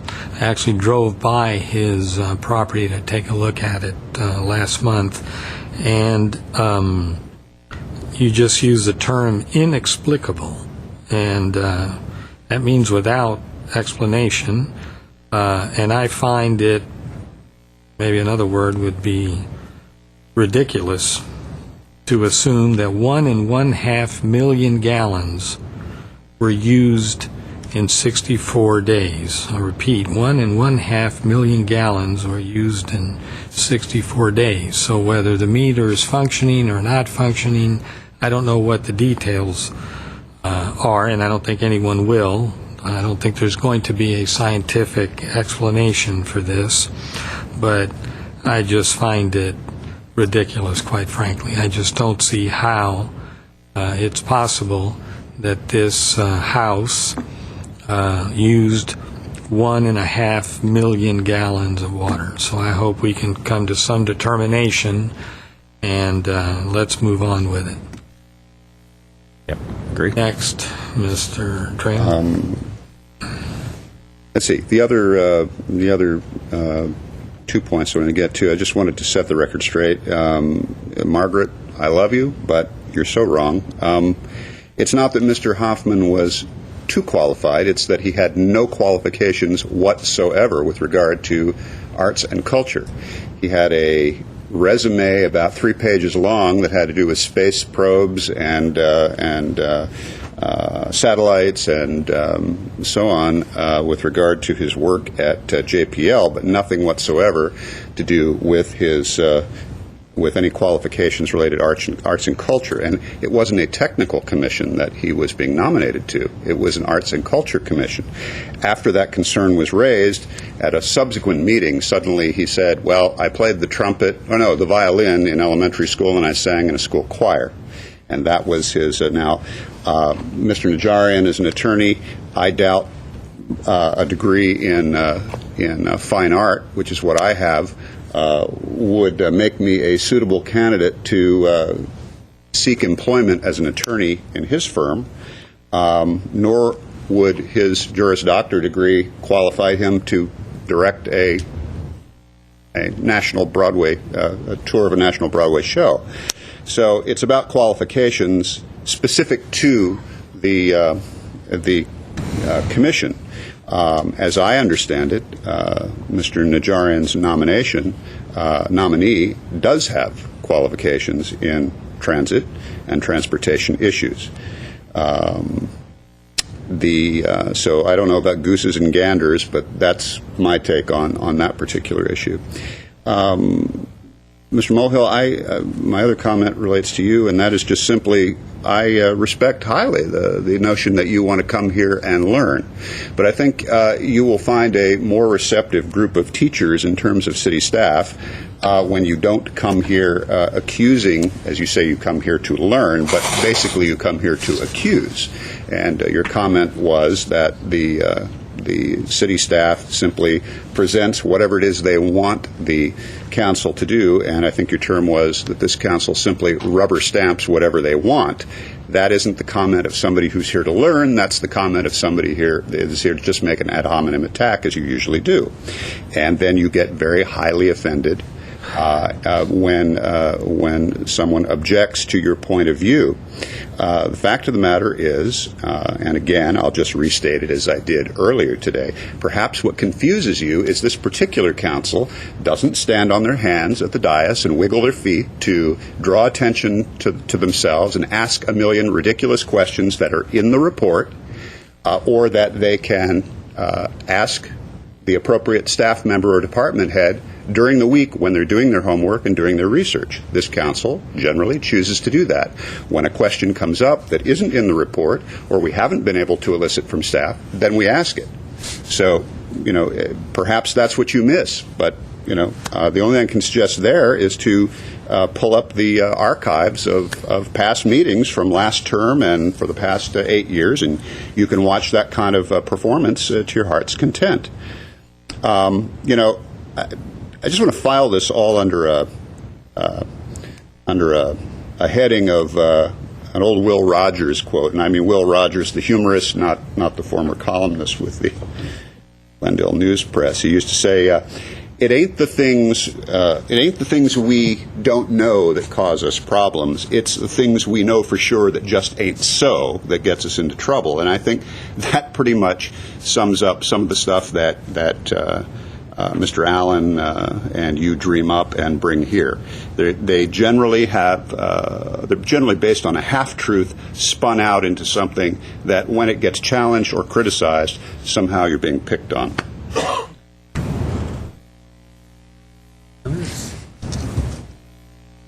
As much as I hate to follow that, I agree about Mr. Norton and his issues. I'm curious about if we could figure out where the water went, because it might save some other homeowner a similar aggravation in the future. But he had an interesting suggestion of a sort of settlement, and I think maybe that's something we should look at. But a fuller report, I'm sure, will be coming, and we will all look forward to that. Mr. Peer, who had a very interesting report. I wasn't here when the subject was discussed at council, so quite honestly, I'm not sure whether it's been put to bed or still floating around out there, or there's anything that can be done. But I will find out. And I agree. I would love to find a way to have more solar installations in the city. It's definitely the way that we need to go. And if whatever I can do to help that along, within reason, I'm certainly willing to do so. I'm glad that you came back and reminded at least this council member, and I will be asking staff, and I will ask now to have this at some point, come to us in some way. Would you like me to respond to this, Mr. Mayor? It's actually, you directed us to take some options to the Planning Commission to bring some recommendations for new legislation. And what Mr. Pierre was referring to was the first in-depth and intelligent discussion that the Planning Commission has had on this. They raised a number of different questions that need follow-up, and that's why the issue has been postponed to February, so that the Planning Commission can complete their deliberations and make a complete list of recommendations to you. So this is going to come back to you through the legislative process. Thank you, and I appreciate the frustration of wanting to go forward quickly and having us kind of not ready to go forward, but this is some new technology, new things to the city, unfortunately, but hopefully it won't take too long and we can all get moving on it. Hillside ordinance, I hear you, and we'll be trying to follow through. I will say that we have a bit of a grace period in a way because there's so much less building going on, and that does give us the luxury of being able to kind of be sure that this is done right. And I also do think that the design review boards have been doing a generally good job at least keeping up the spirit of the design guidelines, which encompass a lot of what the Hillside Ordinance is trying to codify. So at least it's not as though we have nothing on the books and, things are everyone's running wild out there. But I hear you, and we'll see what we can do. Thank you. I'd like to be invited to the Glendale Homeowners Coordinating Council meeting one time. Yeah, me too. That's all. Only just briefly, a couple of other comments. Mr. Pierre had also noted that he hadn't gotten a response back for building and safety and the current status. So assure you, we will make sure we'll follow up and see what the status is, and ensure that he does have a response. And then just lastly, on the city investments, again, I know council is aware of this, but just as a reminder, we actually do have a professional investment council elected by the public. Ron Brugge came from the private sector, private banking investor. And in fact, I think Ron would agree exactly with the gentleman's comments. Liquidity is exactly where he is investing right now. It is not about yield, and actually our first and foremost is safety, and then liquidity. And just so nobody is confirmed or concerned, the city does not invest in stocks and within the stock market. Pardon? Or gold. Yeah. We don't invest in precious metals, jewels, or the stock market. So just if anybody was concerned on any of those, that is not the city's practice. Yeah, there will be a presentation next week too. What about wheat futures? Well, you'll hear more on rice and wheat futures next week. Organic rice. Organic rice. Well, starting with Mr. Norton, hopefully there will be a resolution to the issue, because, like I say, I guess another word you could use would be your concept, common sense. Common sense tells you that 1.5 million gallons in 64 days, and that's a hard one to swallow. And to Mr. Pierre, I didn't see the entire presentation, but I saw part of the presentation to the Planning Commission, and I thought you made some very good points, and the discussion with the Planning Commission was interesting. So for me personally, I mean, your particular design over your garage there in Adams Hill, I mean, I think it would have worked real well. I don't think it would have been an issue. It would have allowed you to use the garage as an outdoor space in addition to the solar panels sort of forming a porch, if you like. But at any rate, we do have to come up with an ability for people to do solar panels. There's just no doubt about it. We don't want to impair anyone's ability to put solar panels on their homes or businesses, for that matter, or multifamily residents. And my last comment is absolutely I'm prepared to go to work on the hillside ordinance as soon as possible. As soon as the staff puts the necessary documents and other tools together, I'm ready to go. We've gone a long way, but I think we might as well finish it up so that property owners, those that want to build and those that live in the hillsides, will know exactly, or have some guidelines and know what they can do and not do. Okay, any other comments? Next. New business. I would like to move that the city attorney be and hereby is authorized to enter into a retainer agreement with the law offices of Grimes, Martin, Stein, and Richland, Tim Coates, to associate in with the city attorney to handle the appeal of the matter titled Ovasapian versus City of Glendale, case number 09-55798. The retainer agreement shall, in addition to other provisions, contain a fee cap for the handling of said matter. Roll call, please. Council members Draymond? Yes. Friedman? Yes. Najarian? Yes. Weaver? Mayor Quintero? Yes. Mr. Draymond. And, Mr. Mayor, I have a motion. I move that in the matter entitled City of Glendale versus Mohammed A. Sadihi, case number EC 047974, the offer by Mohammed A. Sadihi by and through Farmers Insurance to compromise and settle the action brought by the City of Glendale for the sum of $42,500, pardon me, be and is hereby approved and accepted.